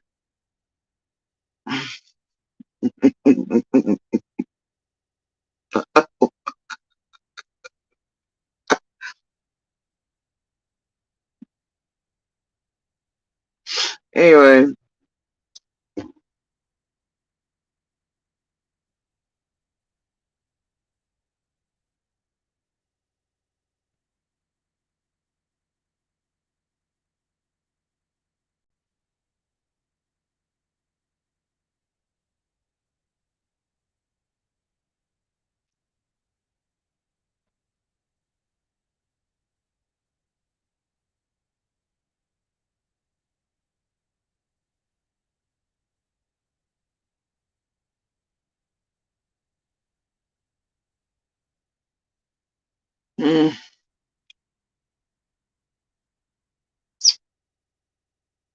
Well, I can still. He's had to turn around at the church down there.